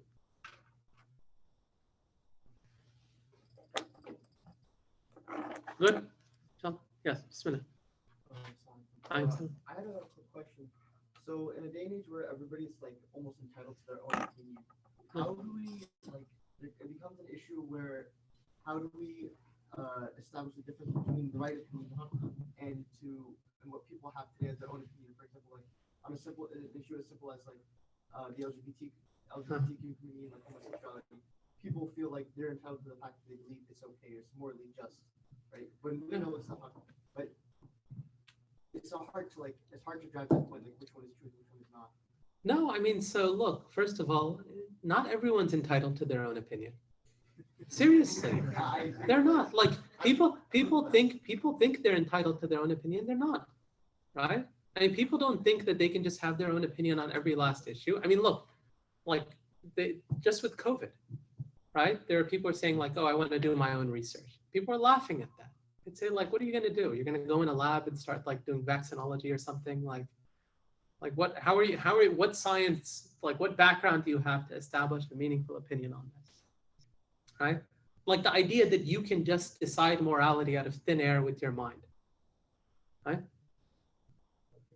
Oh, repeat the question. The brother was talking about like today, He said people are entitled to their own opinion, and so things become quite confusing. He gave the LGBT example. They feel like they're entitled to their own opinion, so how do we minister to that? Look, again, part of what this session and this workshop is getting you to understand is why these differences exist, right? When we don't have a shared set of assumptions on essential things, at some point there's no middle ground. You're not going to beat someone in an argument who doesn't even believe in God sometimes, right? Like when you're ontology, epistemology, anthropology, when all of these things are so radically different, your assumptions at the level of first principles are too far apart for you to make an argument that's going to be convincing to them. So sometimes there's not going to be a compelling argument. What this session is, inshallah, hopefully helping you to do is at least identify the roots of those differences. Where someone says something and say, okay, well, like this is just a secular materialist. This is their opinion today. They'll have a different opinion tomorrow. These people don't have God. They live in a pathetic world without any meaning, where everything is dead matter. They're just riding the coattails of whatever is fashionable in this moment. And if the fashion changes, they're changed. They have a world that has no purpose, no meaning. Right? And their sources of knowledge are constantly in flux, because the only two things they accept are things that they can't even objectively appeal to. Because if they could objectively appeal to even science, they probably would at least know what a man and a woman is. But they can't even appeal to that. I mean, we're not dealing with aqli problems on things like this. I mean, really, in some ways, if it was like aqli, we'd have much easier time. We're just dealing with people's feelings and opinions. Now, I remember I was doing a halaqa on a campus, university campus. And there was a sister who raised her hand. She asked a question. She said, it was about, she asked a question about homosexuality. She said, in my opinion, it's actually not that bad, this and that. And I still remember thinking, like, who does she think she is? Like this idea that a person can just on their own, just determine right and wrong, morality, in an ultimate sense, just on their own. Like in my opinion, like who told you could do this? Who told you like you're that important in the world? You are that important, right? And that's why, subhanAllah, one of the verses I like bringing up to people a lot. Verse, مَا كَانَ لِمُؤْمِنٍ وَلَا مُؤْمِنَةٍ إِذَا قَضَى اللَّهُ وَرَسُولُهُ أَمْرًا أَنْ يَكُونَ لَهُمُ الْخِيَرَةُ مِنْ أَمْرِهِمْ. Khiyara, Allah uses that word. It is not for the believing man and woman. That when Allah and His Messenger have decreed something, that they have a khiyara, they have a choice. They have a choice in that issue. The modern person, they fetishize choice. Choice is sacred. And Allah is saying when Allah and His Messenger shows, there's no choice. There is no choice when Allah and His Messenger have decided something. That's it. Like the idea that you would hear Quran, Sunnah, and say, well, in my opinion, it's like, no. This is deen is submission. It is submission. I remember many, many years ago, this was a long time ago. I remember there was a scholar visiting from overseas, and they, it's one of those programs where you have a translator, and the sheikh is coming and he's giving a talk in Arabic. And so one of the brothers, you get Q&A. So one of the brothers in the community asked him, he said, why is pork haram?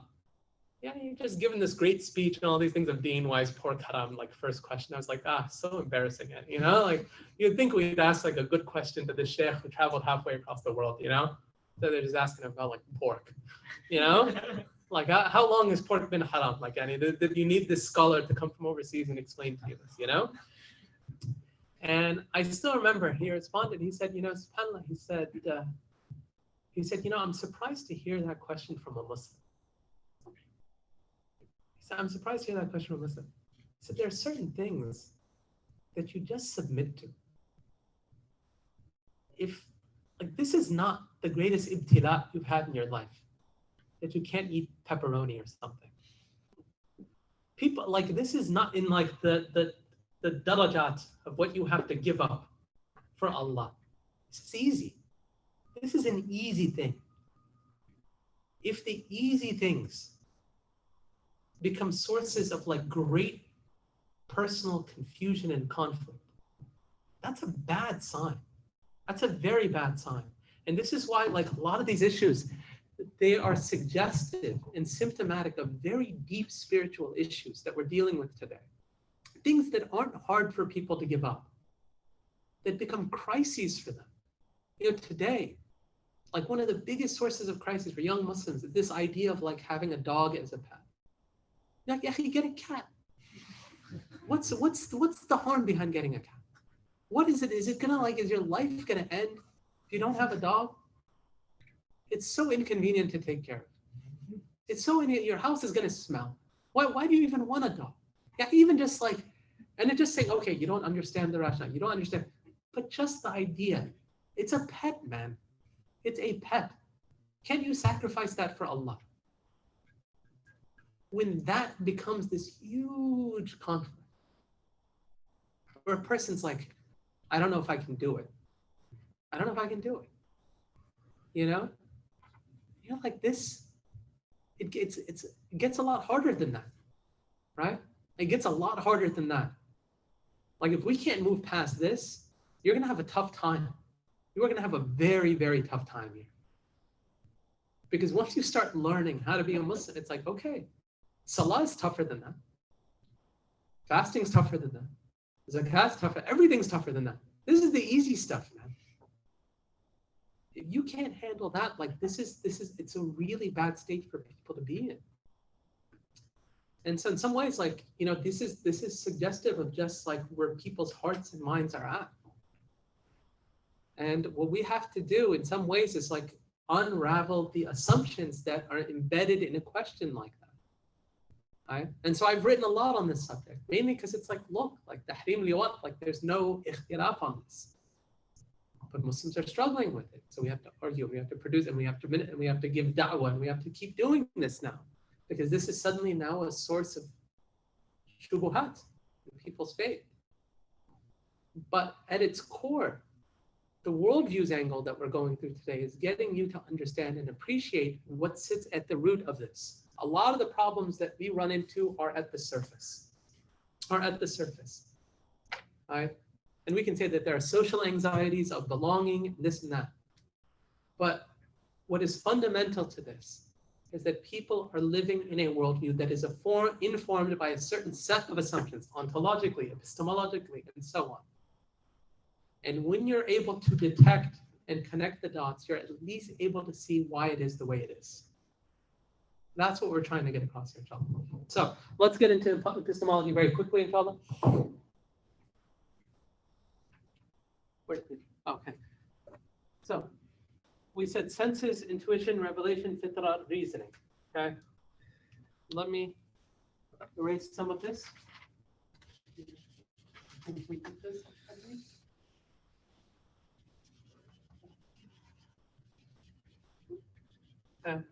So there are two types of reasoning. And so we're going to do a very brief crash course of the philosophy of science.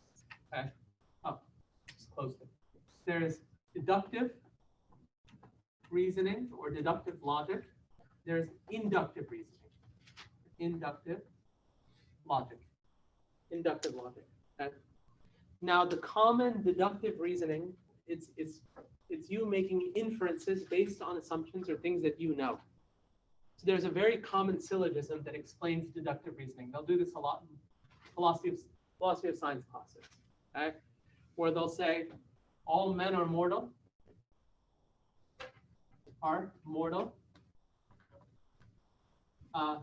Plato is a man. Therefore, Plato's mortal.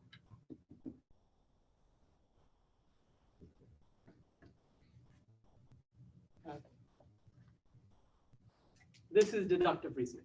You know a certain set of things. From that, you're able to deduce other things. Okay? If premise 1 and proposition 2 are true, then it must be the case that Plato is mortal. And they say that this is a way in which people can produce certain knowledge. If it's not true that all men are mortal, then it wouldn't follow that all men are mortal. Okay? So deductive premises work that way. Inductive inferences work in a different way. Inductive inferences work through a sample size, and you infer a conclusion from it. A famous example given is that all swans are white. Is that true or false? How do we know that all swans are white? Huh? Is it false? I mean, I don't, yeah, okay. So all crows are black, whatever, right? Like anything. If someone's trying to assert that argument, what are they going to do? They're going to survey. And they're going to say, we've never come across one that isn't this.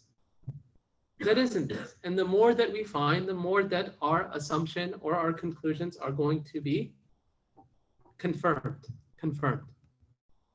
And from there, what you'll do is you draw a universal statement. All swans, all crows, all this, all that. Okay? Inductive conclusions are not true in the same way that deductive conclusions are. Because inductive conclusions depend on the truth of your survey or the value of your survey. Until you've confirmed or verified every single last one, your statement can't be looked at as qat'i or certain. It's provisional. And it can be refuted by subsequent evidence that becomes available. Scientific knowledge is based on which one of these two? Yes, so science itself is a process of inductive reasoning, all sciences. There's a deductive aspect to science, but by its very nature, science is looking at the empirical world. And it is drawing universal conclusions by looking at a sample of the world. It can't do anything else. We're not saying that's bad science. We're just saying that's all that science can do. Now, for us who are studying or learning about this notion of epistemology, the important point here is that no scientific statement can produce absolute yaqeen, logically speaking. Scientists go out, they observe data, they bring it back to the lab, they do some tests, they pop out a theory. Whether or not that is a true picture of the world is always something that is being contested.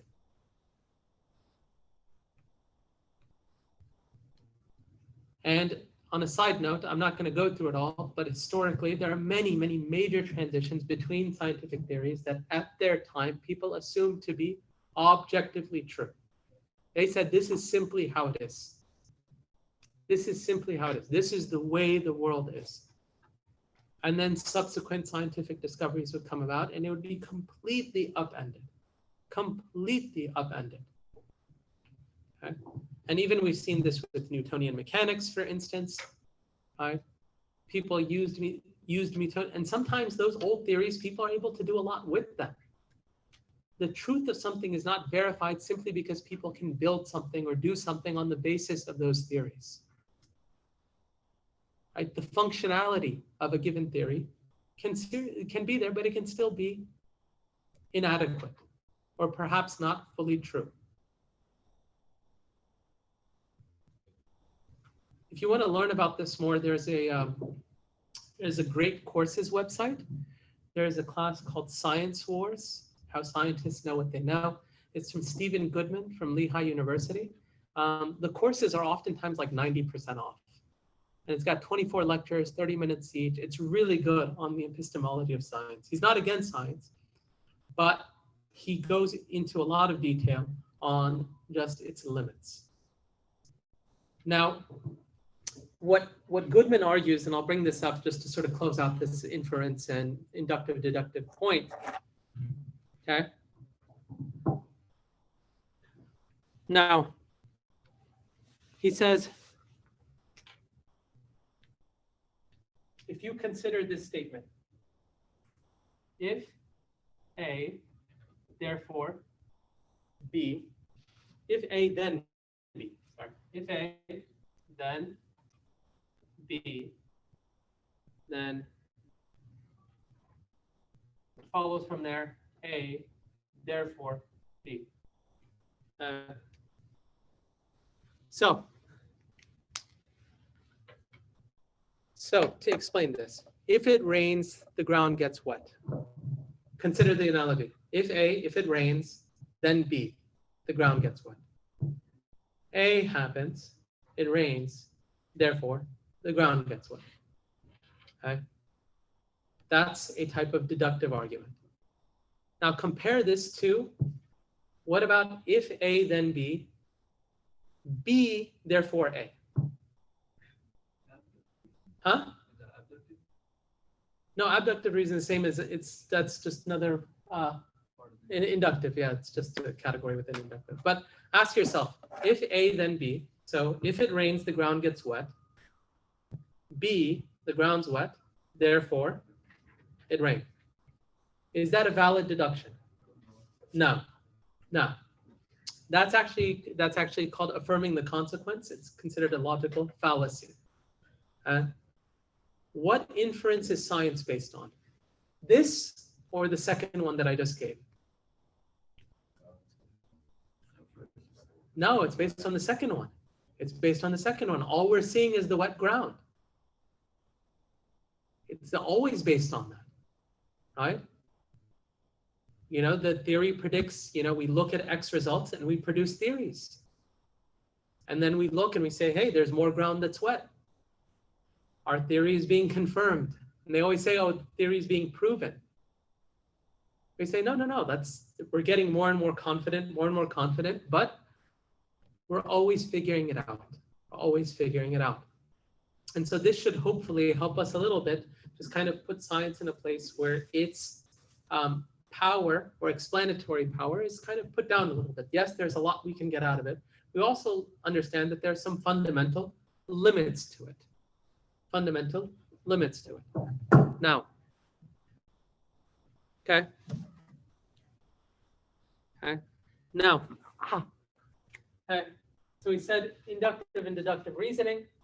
Now, so that's really reasoning, and that's all science is focused on. We say science probably interacts with the senses. Insofar as we understand our reasoning, we interact with the senses. There's no real sense of intuition. The fitrah for a human being is almost non-existent. And we'll return to the fitrah as well. Revelation is not considered in the modern world a legitimate way to produce knowledge claims. You can't say that this is a picture of reality because revelation says so. You cannot say that for a modern person. If you say that, they'd say, okay, like that's the same way, right? Someone can believe in revelation. You're allowed to. But that's your view. That's your view. No one would say that with reasoning, right?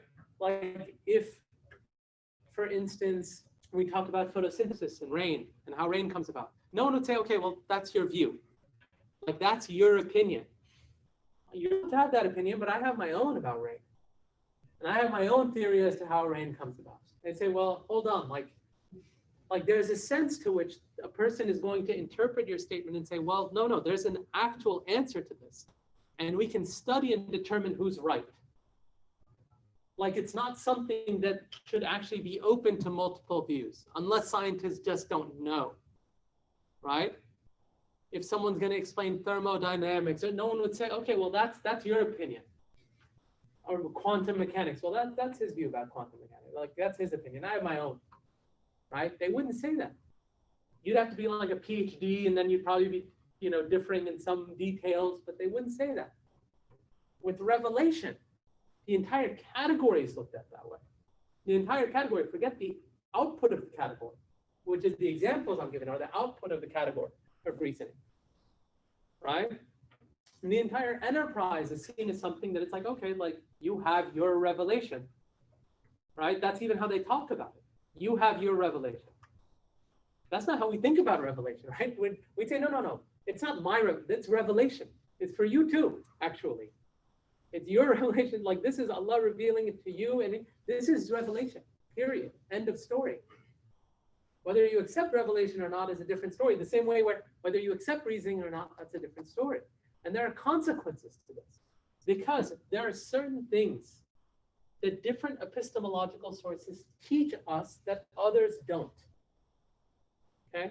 So there are certain things that we know through the senses that we can't know just through reasoning. Reasoning alone cannot let us, there are certain things that we can only learn by touching and feeling or hearing or smelling or tasting. There are certain things that we can only know through the senses, right? And reasoning alone, like so you can't just reason to those conclusions. there are certain things that we can know through reasoning that we can't know through the senses alone. Each epistemological source gives us access to more information that we wouldn't know without it. Revelation is the same way. There are certain things that we can only know through revelation. And it should be expected that there are certain things that we cannot arrive at or understand without it. Certain things you can't understand without it. The same way that every single epistemological source works that way. And so if someone tells you, oh, you just believe that because you believe in the Quran. Yeah, of course. Why else would I believe it? Like, oh, like would someone, oh, just because you have senses and you're smelling. Oh, you just believe that because you like reason. Like, you know, like you're just a person who, of course, like that's obviously why. I'm not gonna, like, that's not weakening my argument or weakening the point at all. If someone says, oh, you just believe that because you believe in the Quran, like you just believe in the Quran revelation. Yeah, like that's absolutely why I believe in that thing. And that's not a dumb or bad reason to believe in that. In fact, it's dumb to reject it. Like that's the problem. Because if you don't have revelation, you have no purpose, you have no meaning to your life. You have a weakened ontology, and now your epistemology is suffering. Because you can't even apprehend or arrive at truths about the world in existence and about why we're here and what's going to happen to us after we die. There are any number of questions that you cannot answer without revelation. You can't do it. And so by rejecting this as a category, just like rejecting any other category, what you do is you cut yourself off from an ocean of knowledge that you would otherwise have access to if you opened yourself up to it. But and it's not by rejecting it, it doesn't go away. You can reject the senses are still there. You're still going to smell, you're still going to, like those things are still there. You can reject revelation. You're still mukallaf in front of Allah. You still have fitra, you still have a ruh, you still have all these things. You still have, like, you're still going to get judged when you die. Right? You're going to have to answer to the malaika, right? The angels are going to question you. Man rabbuh? Man nabiyyuk, right? Like you're going to get asked these questions when you die. Whether or not you accept revelation, it doesn't change any of that. And so the idea here, at least epistemologically, is to understand that what the modern world does is just like ontologies, that they flatten things and they constrict. And they say that this is the only sources upon which we can build knowledge. And then people begin questioning the reliability of these things, saying, well, reasoning is subjective. And suddenly when reasoning and everything else is subjective, how do you as a society arrive at anything that people consider true? How do you have anything true? How do you produce agreements? You don't. All you have is people are arguing and fighting over everything. Over everything becomes a fight. Everything. Except for those things that they say, we're just going to consider certain things sacred. But how they're understood, who knows? Freedom. Freedom is sacred. Liberty is sacred. All these things are sacred. Who's freedom? Certainly you want to restrict freedoms in some areas, you don't others. Right? Everything becomes very selective. And we see that all the time. Like that's a very expedient way to look at freedom, right? It always plays into your favor. That's what's going on. And so understanding epistemologically what's happening here is essential. Any questions on this? So like most of the Muslims, like, believe in God the same way like you believe in the sun. Right? Of course. So it's like the other people that like don't have a faith, they don't. So is that because we're not explaining it, God, proving God to them, or is it just like they just don't want to believe? Yeah, I mean, look, at the end of the day, we have examples of many Anbiya who were rejected, right? I mean, people don't always accept the truth as truth, right? I mean, there can be things that, look, like 20 years ago, if we were sitting here and we said, look, man, people don't they don't even know what it means to be a man or a woman. We'd be like, what? Like, alhamdulillah, we're not there. Like, I don't know what world you're talking about, but like, you know, we're like, at least in America, like that's not a problem for us. That's 20 years ago. That's not like a lifetime ago. Most of us, we were younger, we went to high school, we did all this stuff. That wasn't like a debate. At no point in my high school experience did anyone debate that question. At no point in college did anyone debate that question. No point coming out of college. This is like 8 years ago they started this up. And now it's like, forget debate. It's like the debate's in their corner. Like they're winning the debate. And now everybody's like, we can't figure this thing out. It's so confusing. And it's like this is like the least confusing thing that Allah has put in the world in front of you. Like there's few things in this world less confusing than this. Very few things less confusing, like 80 pronouns or something, right? And so when you take things, like it's really crazy for us because we say, okay, like how could a society reject something that's that obvious? And you say, well, Allah is more obvious than that. Clearly, right? More obvious. Allahi shak, right? Do you have any doubt Allah? Right? And yet, like in society that you have everything that's just like unraveling in front of us. And that's what happens. You reject God, you can't arrive at agreements on things that are just so obvious. All you need are eyes to look. And people don't want to accept what they're seeing right in front of them. I mean, that's like the scary thing, right? Like you just see society unraveling. Right? So, on the topic of like subjectivity, right? Yeah. That's often the basis of like the whole postmodern thought. It's like, oh, everything's subjective. Every person has their own inclinations. One response I find really good is that like when someone's saying, for example, on the topic of God's existence, they'll be like, oh, you have a sense and you feel a relationship with Allah. Like you have it's a subjective thing for you. But if you say like the statement, yes, we're all subjective, but it's about which subjective has the most substantiation, right? Because I mean, the way I think about it is like we human beings are subjective creatures, you know, all that. So reasoning is a part of our like coming to truth, right? So like you look at the evidence, you look at even through their methods, right? Like you can kind of, you know. I mean, a person can try, like you can, like someone can use the Kalam cosmological argument, for instance, to assert the existence of God, right?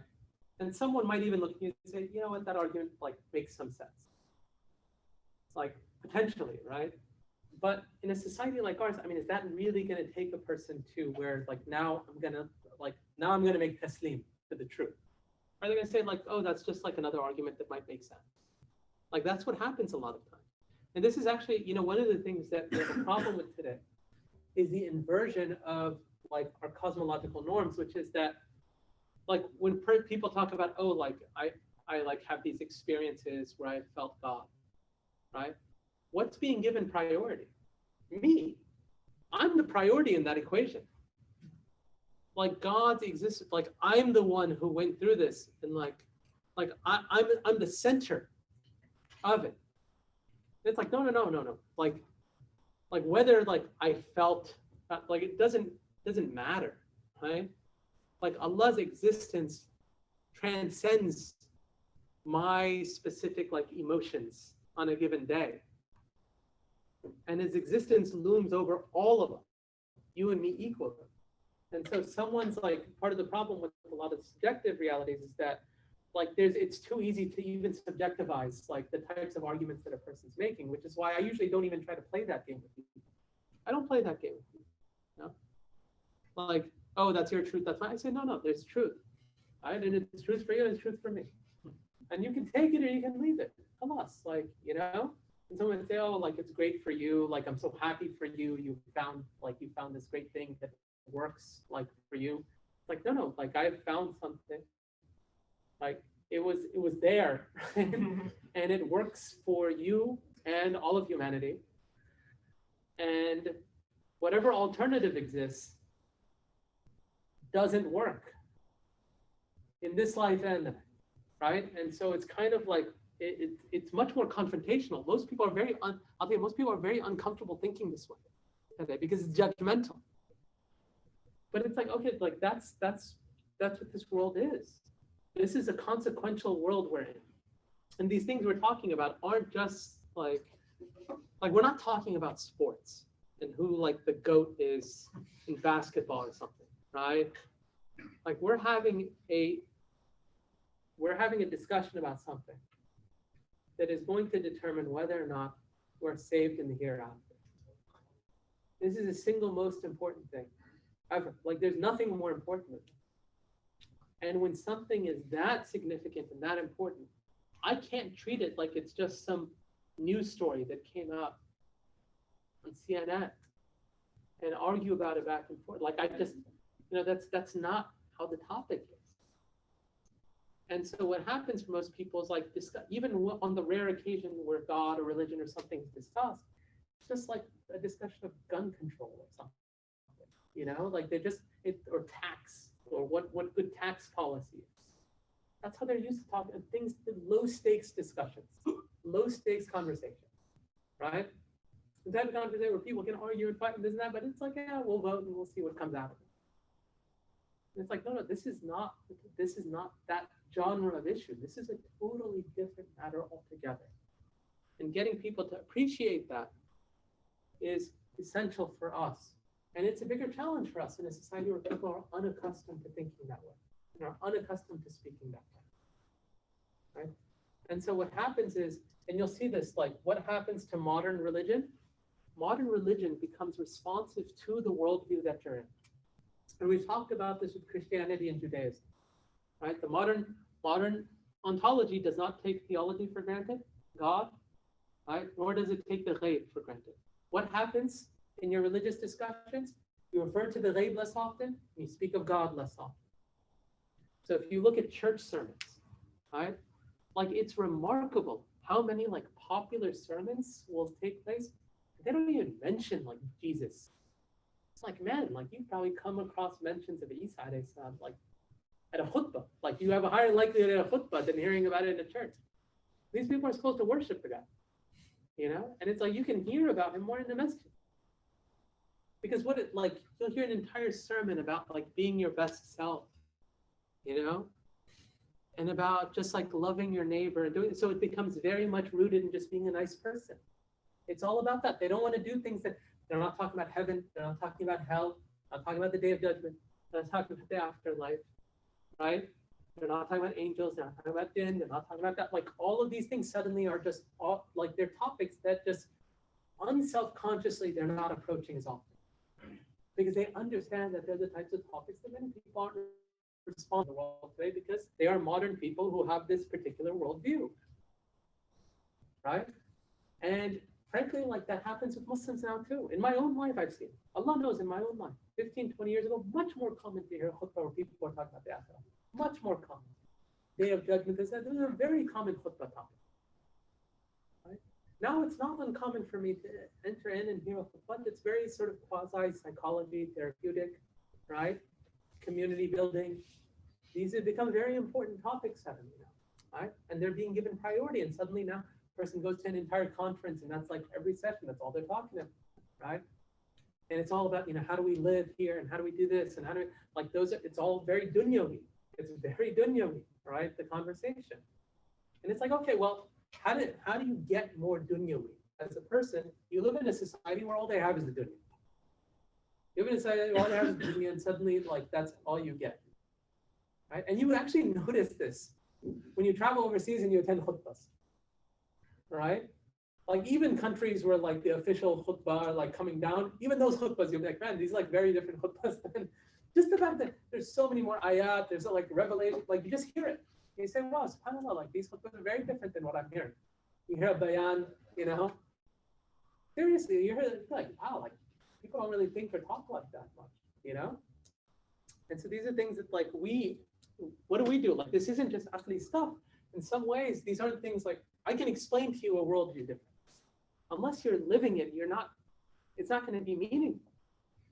Unless you're self-consciously walking and you say, Assalamu Alaikum, you know, the angels are there. You go in the masjid, you know, you have to transmit that. Your family, your children, all of those things have to be part of the equation, right? Making isti'adah, and you're reciting the 3 quls after salat. Why do you do so? Part of it is protection from shayateen and al-jinn. Right? You do these things because you recognize like there's an actual purpose. Like it's not just, it's something that I'm doing for a real meaning. And I remind myself of it. I do du'as when those things are being done regularly, their life is being infused with their worldview. They're being infused with the worldview because you don't have a society where it's naturally being infused.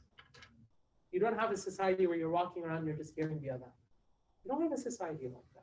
You have a society that's very opposite. It's a society that's just kind of dead, right? If you hear anything, it's music. But it's not music, it's just noise. You get a lot of noise. And when all you're getting is noise, you're not getting like the world itself is not naturally reinforcing. your values in a significant way. So, in any event, that's epistemology. Any questions on epistemology? Yes? No? طيب, inshallah. How much time do you have, Sheikh? Hour and 40 minutes? طيب, inshallah. So we're making good timings. Bismillah. So no questions on epistemology. We're good, huh? Huh? You want to take a break? Yeah, let's do 5-minute break, inshallah. Is that good? And then we'll come back and we'll do anthropology, teleology, morality, and we'll actually do aesthetics and we'll talk long politics and we'll do it all. Right. No break, inshallah.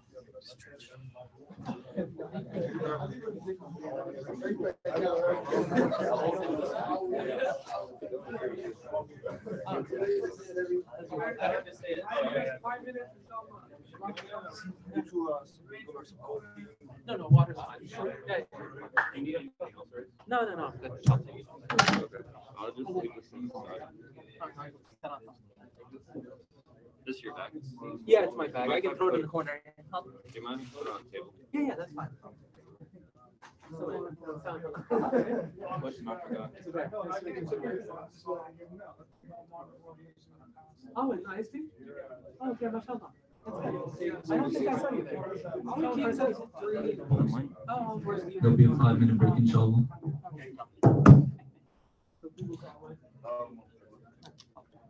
How's everything? Now, just concerned that people online, Okay, they can hear. Alhamdulillah. Okay. somebody was asking if there's slides that you want to share. I can share the slides, inshallah.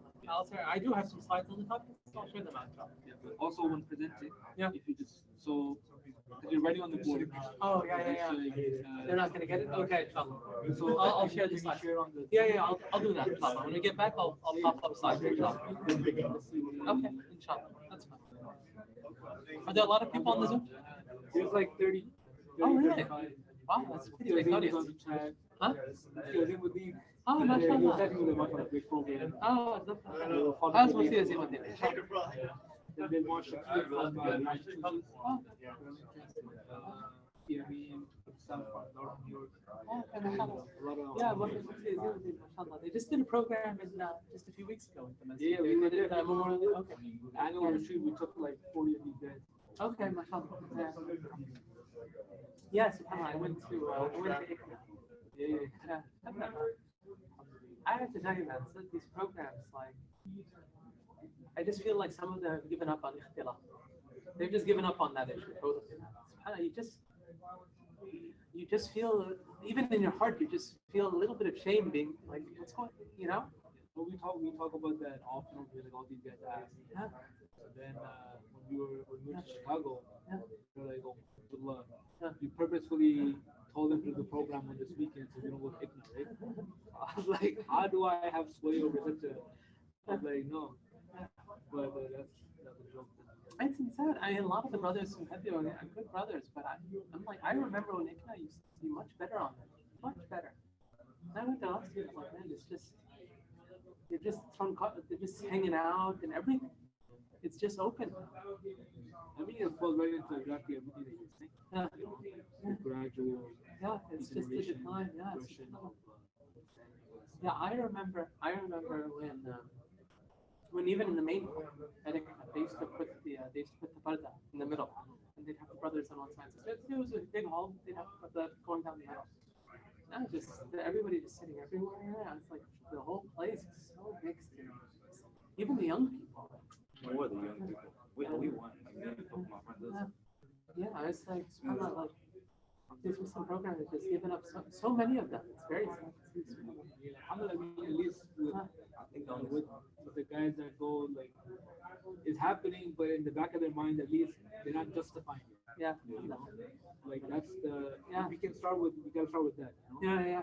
And inshallah, we'll start working out for it. But, I don't know if you guys remember, but in the beginning of the year, I mentioned that we're trying to get the MSAs of UMBC, UMD, CBC in our program. With somebody who can provide the structure for MSAs. Ustādh Mobeen is the guy that was telling me that. work on that. You try to get all Yeah, the MSAs. A lot of you guys are from USB, MSA. Okay, mashallah, that's good. CCMC. So Yeah, the MSAs need a lot of help, man. MSAs need a lot of help. structure. Man. You know, like Yeah. you were mentioning when we were in the basement, Yeah. that how you guys had the structure for like head Oh, memorization yeah. and things like that. And it wasn't that much, you know, and yet, you know, a lot of students did it, mashallah, you know. Do you drink coffee? No, Any coffee? I do chai. What about I do chai. bagels? They have bagel. I I think don't they seem like they just. You know, I've never, I had, I think maybe one cup of coffee in my life. I didn't Oh, like it oh. at all. I just drink chai. No, try. Oh yeah. It's probably equal caffeine. Yeah, exactly. It's equal caffeine. I do chai all day. Then that's Coffee is so strong. It's, The you know, flavor's very- off for me. And, you know? I don't think we have chai. No, it's okay. No, it's fine. Yeah. That's the only thing I'll do. No, it's okay. I wanted to ask you, do you think like a lot of the modern worldview is like a direct kind of result of like the Yeah, sorry about that. Anything, like you haven't put a snack. No, just water's fine. Because I'm going to be talking, inshallah. So water's good. So, like, do you think it's like because of like the separation of like church and state? At I least mean, here? there's a lot of things that put it in motion, right? That's one of it, right? Once you, like, there's just too many significant changes. I guess it's scientific. There's actually a good book on it called The Passion of the Western Mind by Richard Tarnas. I tend to recommend that. There's actually a section of it called The Modern Worldview. I actually draw on his writings a lot when I talk about this subject. You said yes or no to bagel? Is this plain bagels? Yes, plain. Plain. Yeah, it's okay. Inshallah. It would just be bread and fake. So, I go, I listened to some of your podcasts before with Dilly Hussein. oh, did you listen to the one? Huh? I think Okay. that one, yeah. Yeah. My questions are mainly trying to get at Yeah. like how do you kind of convince people, right? Like you said, like most people don't think about these assumptions, right? It's more of just like a trend. But there's some people who really adhere to it. It's like the way, like the conversations I've had, if I kind of break it down, like, you know, we accept the subjectivity of human beings. We're not hard modernists, reasoning is supreme, all that. We do have these outlets of fitra and all this, but like you also have to look at, you know, you have to like look at the intellect, like what is the truth, you know? I'll tell you, man. Compared to like the hard modernists were much easier to have a conversation. Yeah, exactly. Much easier. Yeah. It actually makes me miss the day of the hard modernists. The hard modernists, like, Were they there in the early 2000s? well, even today now. Well, if I meet a kid on campus and he tells me, oh, I'm like majoring any campus. If I meet a Muslim student and he tells me, oh, I'm majoring in computer science or math or physics, I'm much more comfortable with that kid's iman than if he tells me I'm majoring in like gender studies or The gender religion, studies is or even philosophy. religion, philosophy, anything in the humanities or liberal arts. If they're majoring on any of that, like I'm actively worried about their deen. So Like some- I am really worried about their deen. So you'll find there's like, at least for me, like I don't major in philosophy, but I've read a lot about it online. The Muslim sphere of it, it's actually amazing like how Muslims like you can look up a certain name, but like Like they, Attas or something. Huh? Like Attas.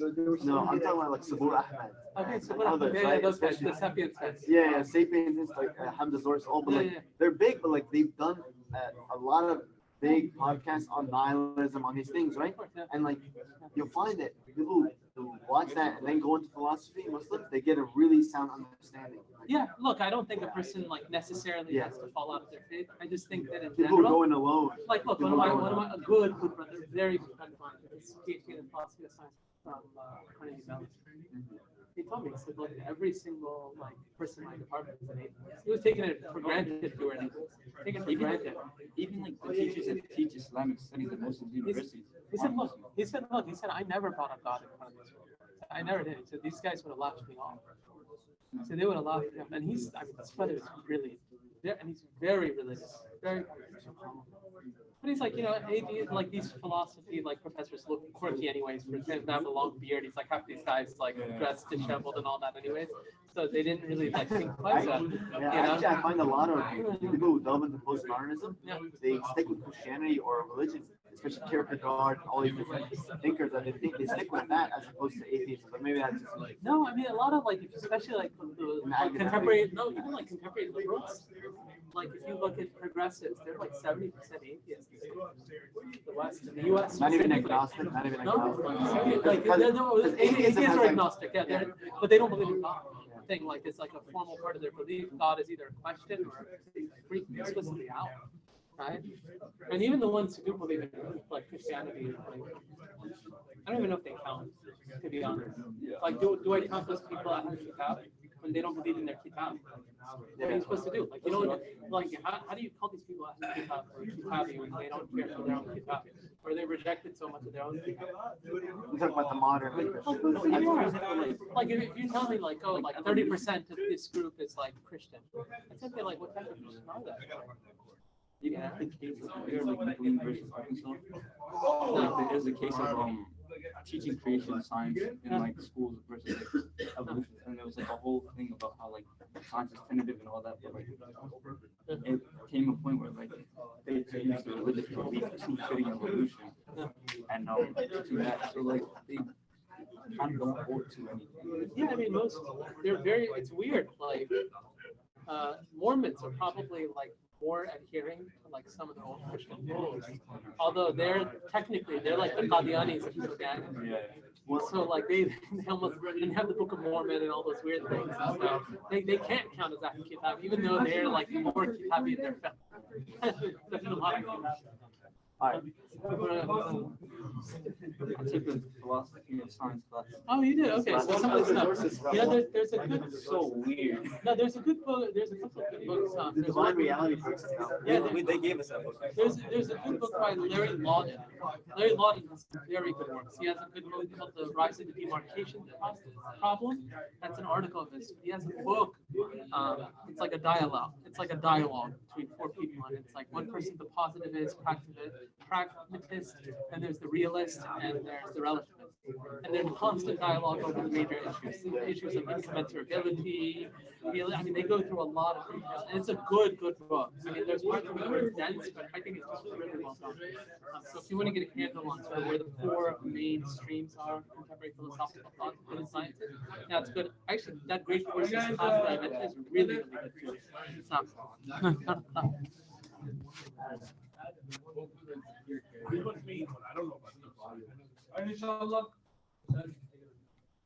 طيب إن شاء الله. بسم الله الرحمن الرحيم. الحمد لله رب العالمين. والصلاة والسلام على أشرف الأنبياء والمرسلين محمد صلى الله عليه وسلم وعلى آله وصحبه أجمعين. طيب inshallah. So inshallah, the brothers asked, I think they asked in the Zoom to share slides. I will in a second when I get to the slides, inshallah. Some of the stuff I'm writing up, but maybe what I'll do is when I write there, I'll also do just like a blank slide or something here, and I'll type just so they're seeing what's being written, and that way they're getting something on their screen so that they know it's not just a blank space. So let me go ahead and do that now, and I'll just be typing away, inshallah, as I go through it. Give me 1 second here. Bismillah.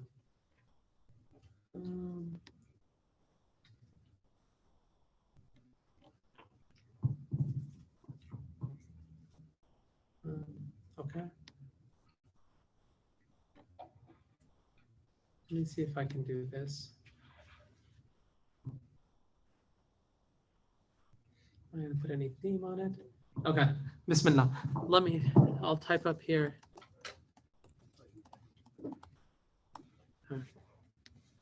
What I'm going to do is share my screen.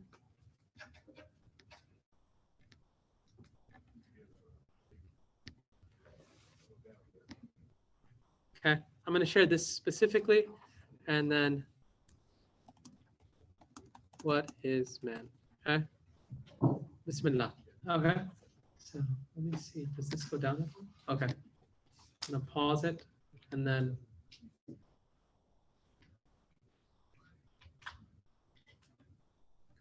close this. Okay. So, Bismillah. So, anthropology now. The question of what is man or what is insan? What is a human being? Okay. Is insan the same as Homo sapien? Do morphological features alone make us human beings? So, what does it mean to be insan? What are essential features of a human being? This is a question for the group. Reasoning, okay, so we might say up-level that a little bit and say that intellect, right? Something called intellect, right? And so let's type them up. I'll type it here. I'll try to see if I can. How do I add a new slide? Blank slide. How do I type on here? Okay. Okay. What is a human, or what is human being? Say, we say reasoning, right? That was one of the things we said, right? Being able to use reasoning or employ reasoning is something that's essential to human beings. What else? Huh? Speech. Speech, mashallah. Okay. So we'd say speech is something that's distinctive to human beings, or language, maybe we'd say is something that certainly is unique, right, for human beings. Other creatures don't have the same capacity to reason. So let's say language. Okay. What else? Go ahead. Maybe morality. Okay, good, mashallah. So the brother said morality.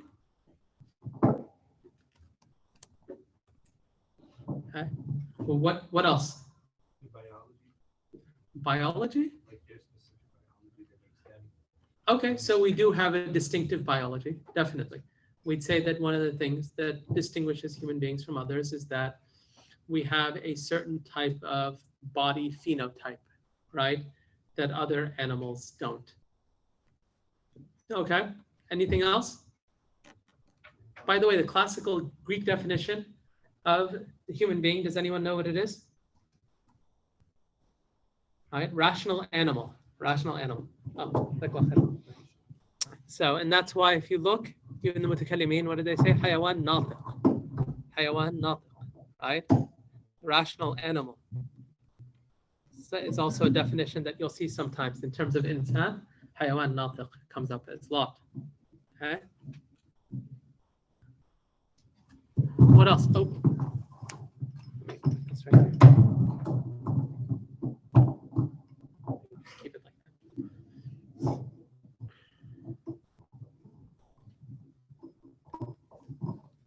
Okay. Now, the question of anthropology is closely related to teleology, so we're going to try to do those both at the same time. Okay. We're going to try to do both of those at the same time. Okay. To the extent that we can, I'll try to do them both, inshallah. Jazakallah khair. We're good here. Yep. Okay. So, Bismillah. Now, we talked about a couple of things, right? We said the phenotype. We talked about language. Talked about reasoning. We said morality. What else is essential to human beings? Okay, so we'd say that we have some contingent free will, right? Although we'd say animals probably have some contingent free will too. So that, the malaika, the angels don't, because they do what they're commanded to do. Although we'd say that that may not necessarily be distinctive, like that doesn't make a human on its own. Nevertheless, we'd say human beings do have some capacity to act, right? And so that may fall under moral agency too, insofar as a person has the ability to act morally or immorally. What else? Intellect. Yeah, we talked about intellect within reasoning. Okay, so I think we got all the big ones. Okay, so let's start with the first one. We said body, right? Said body. Does the modern worldview affirm that what is essential to a human being is his body, or one of the pieces of what makes a human being is his body? That human beings have a very, very particular physical makeup that animals don't. Yeah, they do, right? So their body to body is something where we have parity. Again, one of the things we'll see within anthropology is the same what we saw in epistemology, just as what we saw in ontology. We're going to see a restriction of differences. Okay, we said reasoning. Reasoning. The modern worldview affirms reasoning, correct? Okay, and we affirm reasoning too. So we talked about that. Now, one of the things that I don't think was mentioned, although it may have been mentioned, let me go back here. It wasn't mentioned. One of the things that's essential to a human being is a ruh. We mentioned this in existence. We didn't mention it here, right? That Allah subhanahu wa ta'ala endowed human beings with a soul. Right? Allah endowed human beings with a soul. So human beings have a ruh. We also have something called a self, which is different. It's immaterial, a lower self, a nafs. and the nafs may incline different directions. Does the modern world view incorporate as part of its official framework that a human being possesses a soul and a nafs, a ruh and a nafs? No. No, it does not. It does not acknowledge either of those. We mentioned language. Okay, the modern worldview does not take language as central. It does not take language as central to, they'd say that animals have language and human beings are simply the latest primate to be involved. It's like the latest in the line of evolution. And so human beings have more sophisticated forms of language, but they wouldn't see language as something inherent or essential to what it means to be human. For us, language is central to our worldview. Language is central. And we said moral responsibility, taklif, being mukallaf, that human beings have the potential, you know, if they're born, right, from the time they're born, they're not taklif immediately, but they have the potential to be a mukallaf individual, someone that is a morally responsible agent. For the modern worldview, moral responsibility is more incidental. It's not essential to a human being. Just doing right or wrong is something that human beings should do, but it's not something that's definitional to who you are as a human being. Right? Human beings aren't like essentially moral agents that are in this world to make morally right and wrong decisions, or to make decisions that could be regarded morally right or wrong. Okay?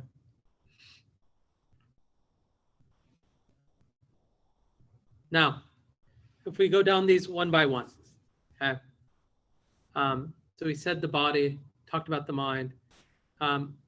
We also have, even in reasoning, we have a different conception of reasoning. Insofar as we accept reasoning, but we also accept something called aql, more broadly, right?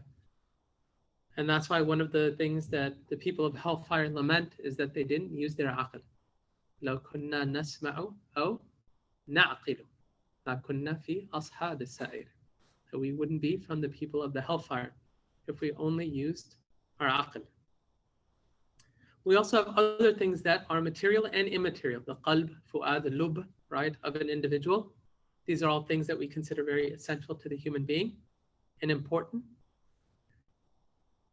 And of course, we didn't include it, but we did talk about it in the last one in epistemology, which is fitra. Fitra. The Prophet ﷺ said in hadith, مَا مِن مَوْلُودٍ إِلَّا يُولَدُ عَلَى الْفِطْرَةِ, that there's none that is born except that he is born upon the fitra. فأبواه يهودانه أو ينصرانه أو يمجسانه كما تنتج البهيمة الجمعاء هل تجدون فيها جزعاء حتى تكونوا أنتم تجدعونها أو كما قال عليه الصلاة والسلام من حديث أبي هريرة حديث متفق عليه, where the Prophet ﷺ said that there is none that's born except that he is born upon the fitrah, and then his parents make him a Jew or a Christian or a Magian. The same way, and the Prophet ﷺ analogized this, and this is a very profound analogy. He says the same way that an animal is branded. So people, you know, in the past, you have, let's say you have a herd or you have a certain number of camels or horses. How do you tell the difference between yours and others? You usually brand it in some way. So maybe you apply a brand to it, you slit its ears some way. You do something like that so that you can designate yours against others. And you know which one's yours, especially when you have multiple that look alike. The Prophet ﷺ said that these parents making their kids Jews, Christians, Magians, or Zoroastrians, just like you with your animals brand them. Were they born that way? I'm sorry? What's Median? Median is Zoroastrians. Yeah. So the Prophet ﷺ said, were they born with this? Were the animals born with that branding? No, not until you branded the animal. Did it have that on it? So what the Prophet ﷺ didn't say, that parents make their children Muslim. The fitrah aligns with Islam. And everybody is born with it in a way that allows them to identify certain fundamental truths, including Allah's existence a broader ontology, basic morals, and so on. People can corrupt their fitras, and societies can act according to a corrupted fitra. Nevertheless, it's important for us to realize that it's essential. It's one of the key things that we have as human beings. And the Islam is Deen al-Fitra. The Prophet ﷺ in Isra al-Mi'raj, Jibreel alayhi salam offered him two options, a cup of wine and a cup of milk. And he chose the milk. And he says, this is the Fitra. This is the Fitra, when he chose it. You know, when the Prophet ﷺ, they were traveling and they heard the adhan at Fajr time. He said, Allahu Akbar, Allahu Akbar. The Prophet ﷺ said, Ala al-Fitra. He said that they're on the Fitra, right when he heard that. Alayhi salatu wassalam. And so the Fitra inclines people to it, but Islam builds on the Fitra by providing revelation and guidance. And we say that that is essential to what it means to be a human being. Likewise, we see this when it comes to morality and ethics. Okay? Morality and ethics. The older notion, or actually, let me not get to that yet. Okay? So, we said that we have morality and ethics, meaning that part of what we are is we are agents who are responsible for what we do in this world, and that happens at the age of adolescence, when a person comes into adulthood. And this is essential for us, right? And this is a very different part. What does the modern worldview say? In the modern worldview, adulthood is ill-defined. Sometimes people are 25 years old, they still speak about them like they're kids, right? Oh, he's young, right? They say that. Someone's 25, 27, 28, oh, he's still really young, you know? You know, subhanAllah, I remember I got married when I was 25. And people were like, oh, you know, you're so young. I'm like, I'm 25, you know? I've been an adult for over 10 years, you know? Like, this is late for most, like, for traditional Muslim society. I've been like, yeah, what is this guy never going to get married? You know? Waiting till 25, right? I mean, seriously, like, you know, our grandparents' generations, they were getting married at 16. Well, I was very common, 15, 14, 16, they were getting old early, man. The idea is you're an adult now in front of Allah. You're morally responsible. You have, and subhanAllah, you know, one of the big tragedies of this sort of extended childhood, extended childishness, is that you have children that grow up, that enter adulthood, and don't take on the responsibilities of the adulthood. Shut up. It's not praying 5 times a day, not fasting the month of Ramadan, and it's obligatory on them. Sisters not wearing hijab, this is wajib now for them. It's not a choice anymore. Right? They were supposed to build themselves up to now they're adults now. They're no longer kids. They're no longer children. They're supposed to be adults. And yet they haven't been nurtured to actually think of themselves as adults, let alone behave like adults. And so you can have people who are 20, 25, 30 years old still behaving like children. And yet for us, one of the essential features of a human being is their entry into adulthood at a certain point where they are morally responsible and morally obligated to act in certain ways. There is no point in which that happens for all you're obligated to do is when you get past the age of 18, and then more so after 21, to observe certain laws. That's it. And so long as you are observing those laws, you are considered a socially responsible human being. That's all you're required to do in modern society. And they'd say, whatever else you do, that's your choice. Right? Discover yourself, live however you want to live. We'd say no. Like a person can reduce themselves to living like a beast. And this is what Allah describes some people who are misguided as. They're like beasts. They're even more misguided than beasts and animals. Some people even more misguided than beasts and animals. Allah describes them in the Quran. That they've reduced themselves. Allah has given them. وَلَقَدْ كَرَّمْنَا بَنِي آدَمَ. Allah has ennobled them and endowed them with the ruh and a qalb and a fitra and this and that. And they have chosen to live in a way that is more debased than animals. They have no conception of what it means to be a human being. It's your body, it's the satisfying of physical pleasures, and it's the maximizing of those pleasures and your own happiness in this world. That's all it is. It is a life of unending, with an unending pursuit of happiness and personal satisfaction. And when a person lives like that, it never stops. There's always more money that you're going to want. There's always more. The Prophet ﷺ said, the son of Adam gets one valley of gold, he'll want a second. It's never going to stop. Alhaakumut takathur. How long are you just going to be amassing things? Takathur. How long can it keep going on for? And what we're beginning to realize in our society is that, well, people can go pretty far doing this. People can live a long time distracted. They can get a lot of mileage out of being distracted. And the misery in that are things that people doesn't even occur to them. 35 years old, living in an apartment, drinking alcohol every night, watching Netflix. What type of life is that? Really, where's the dignity in that life? How is that living like an insan? What type of human being are you to live like that? And so when we talk about understanding, we're saying that what is essential to you as a human being is that you have this ruh, you have this qalb. Right?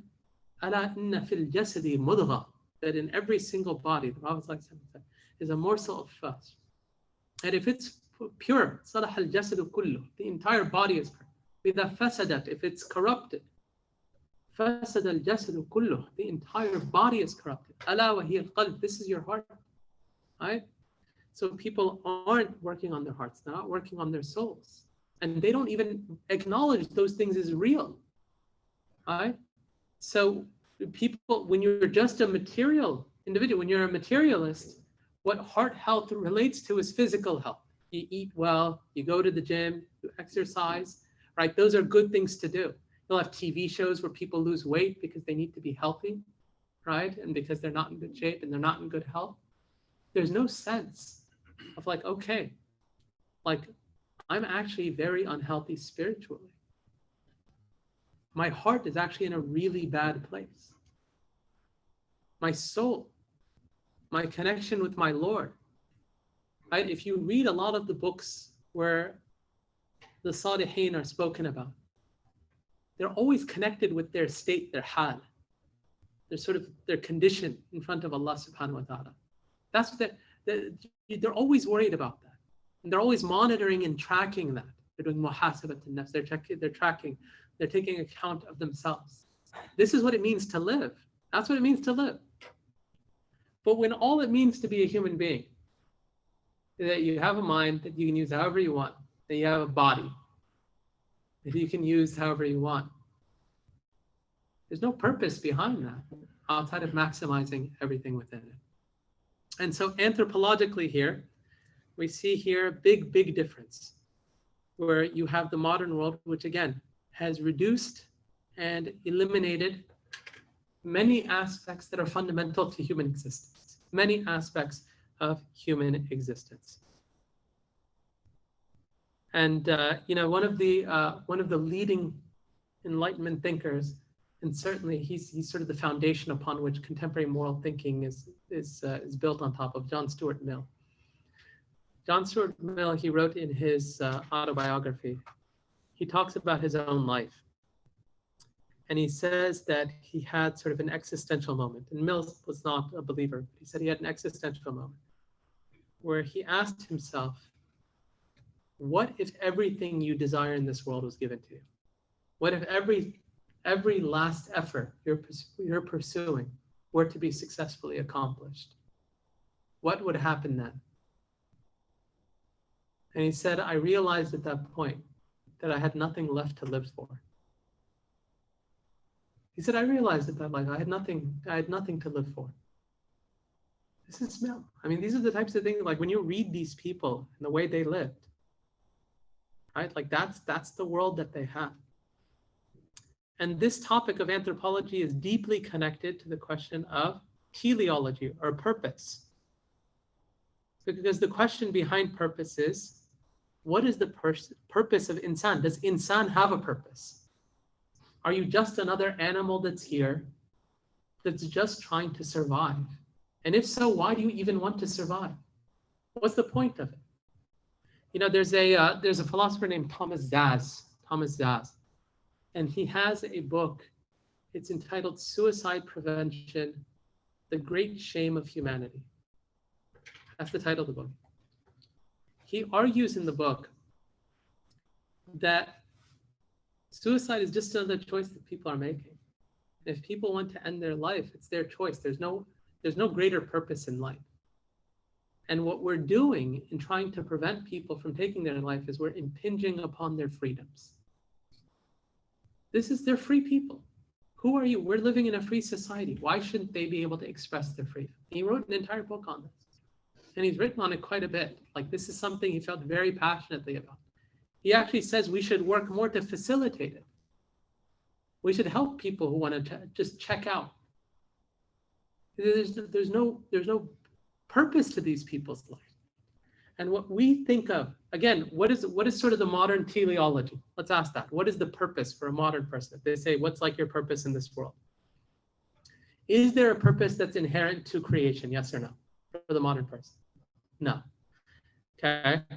Like that, and that's why when we talk about purpose, it's not like my purpose in this world. It's not like, oh, like I found my purpose. We say that human beings, something inherent to human beings is that they hear purposefully. And what's our purpose?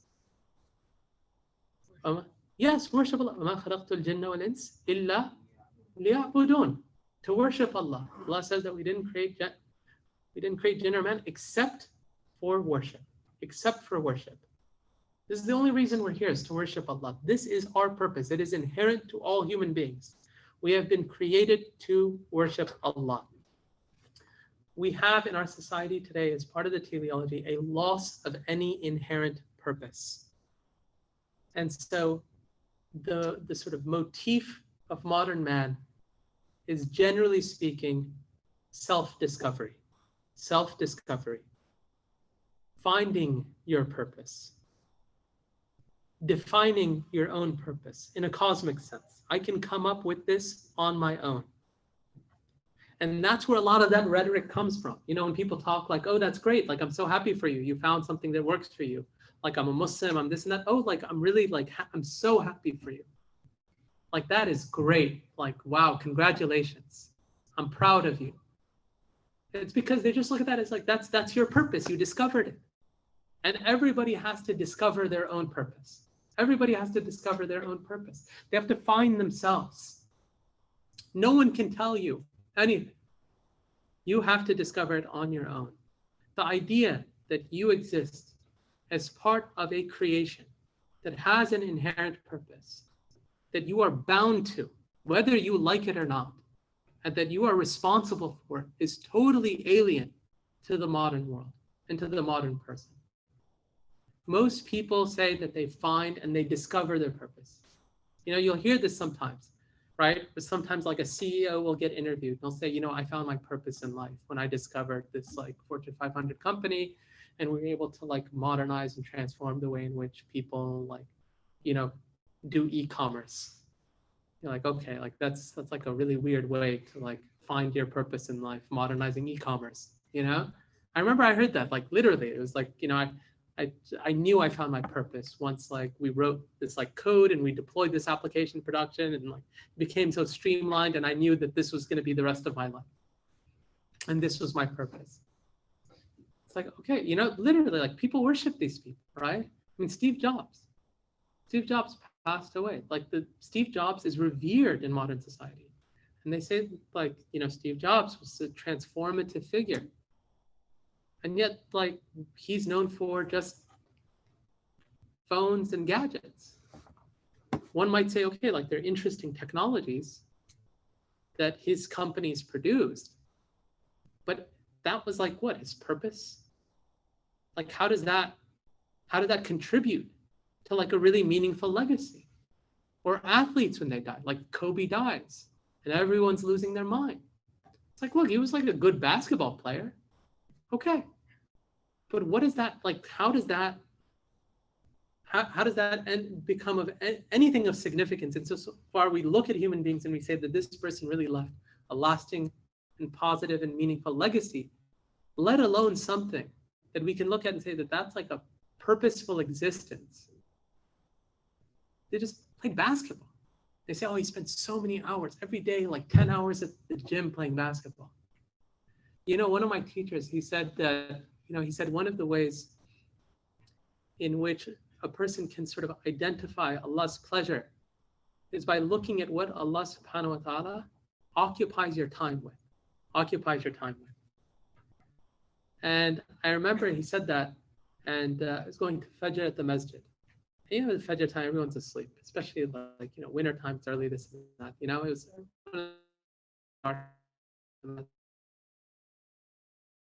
like was out at that.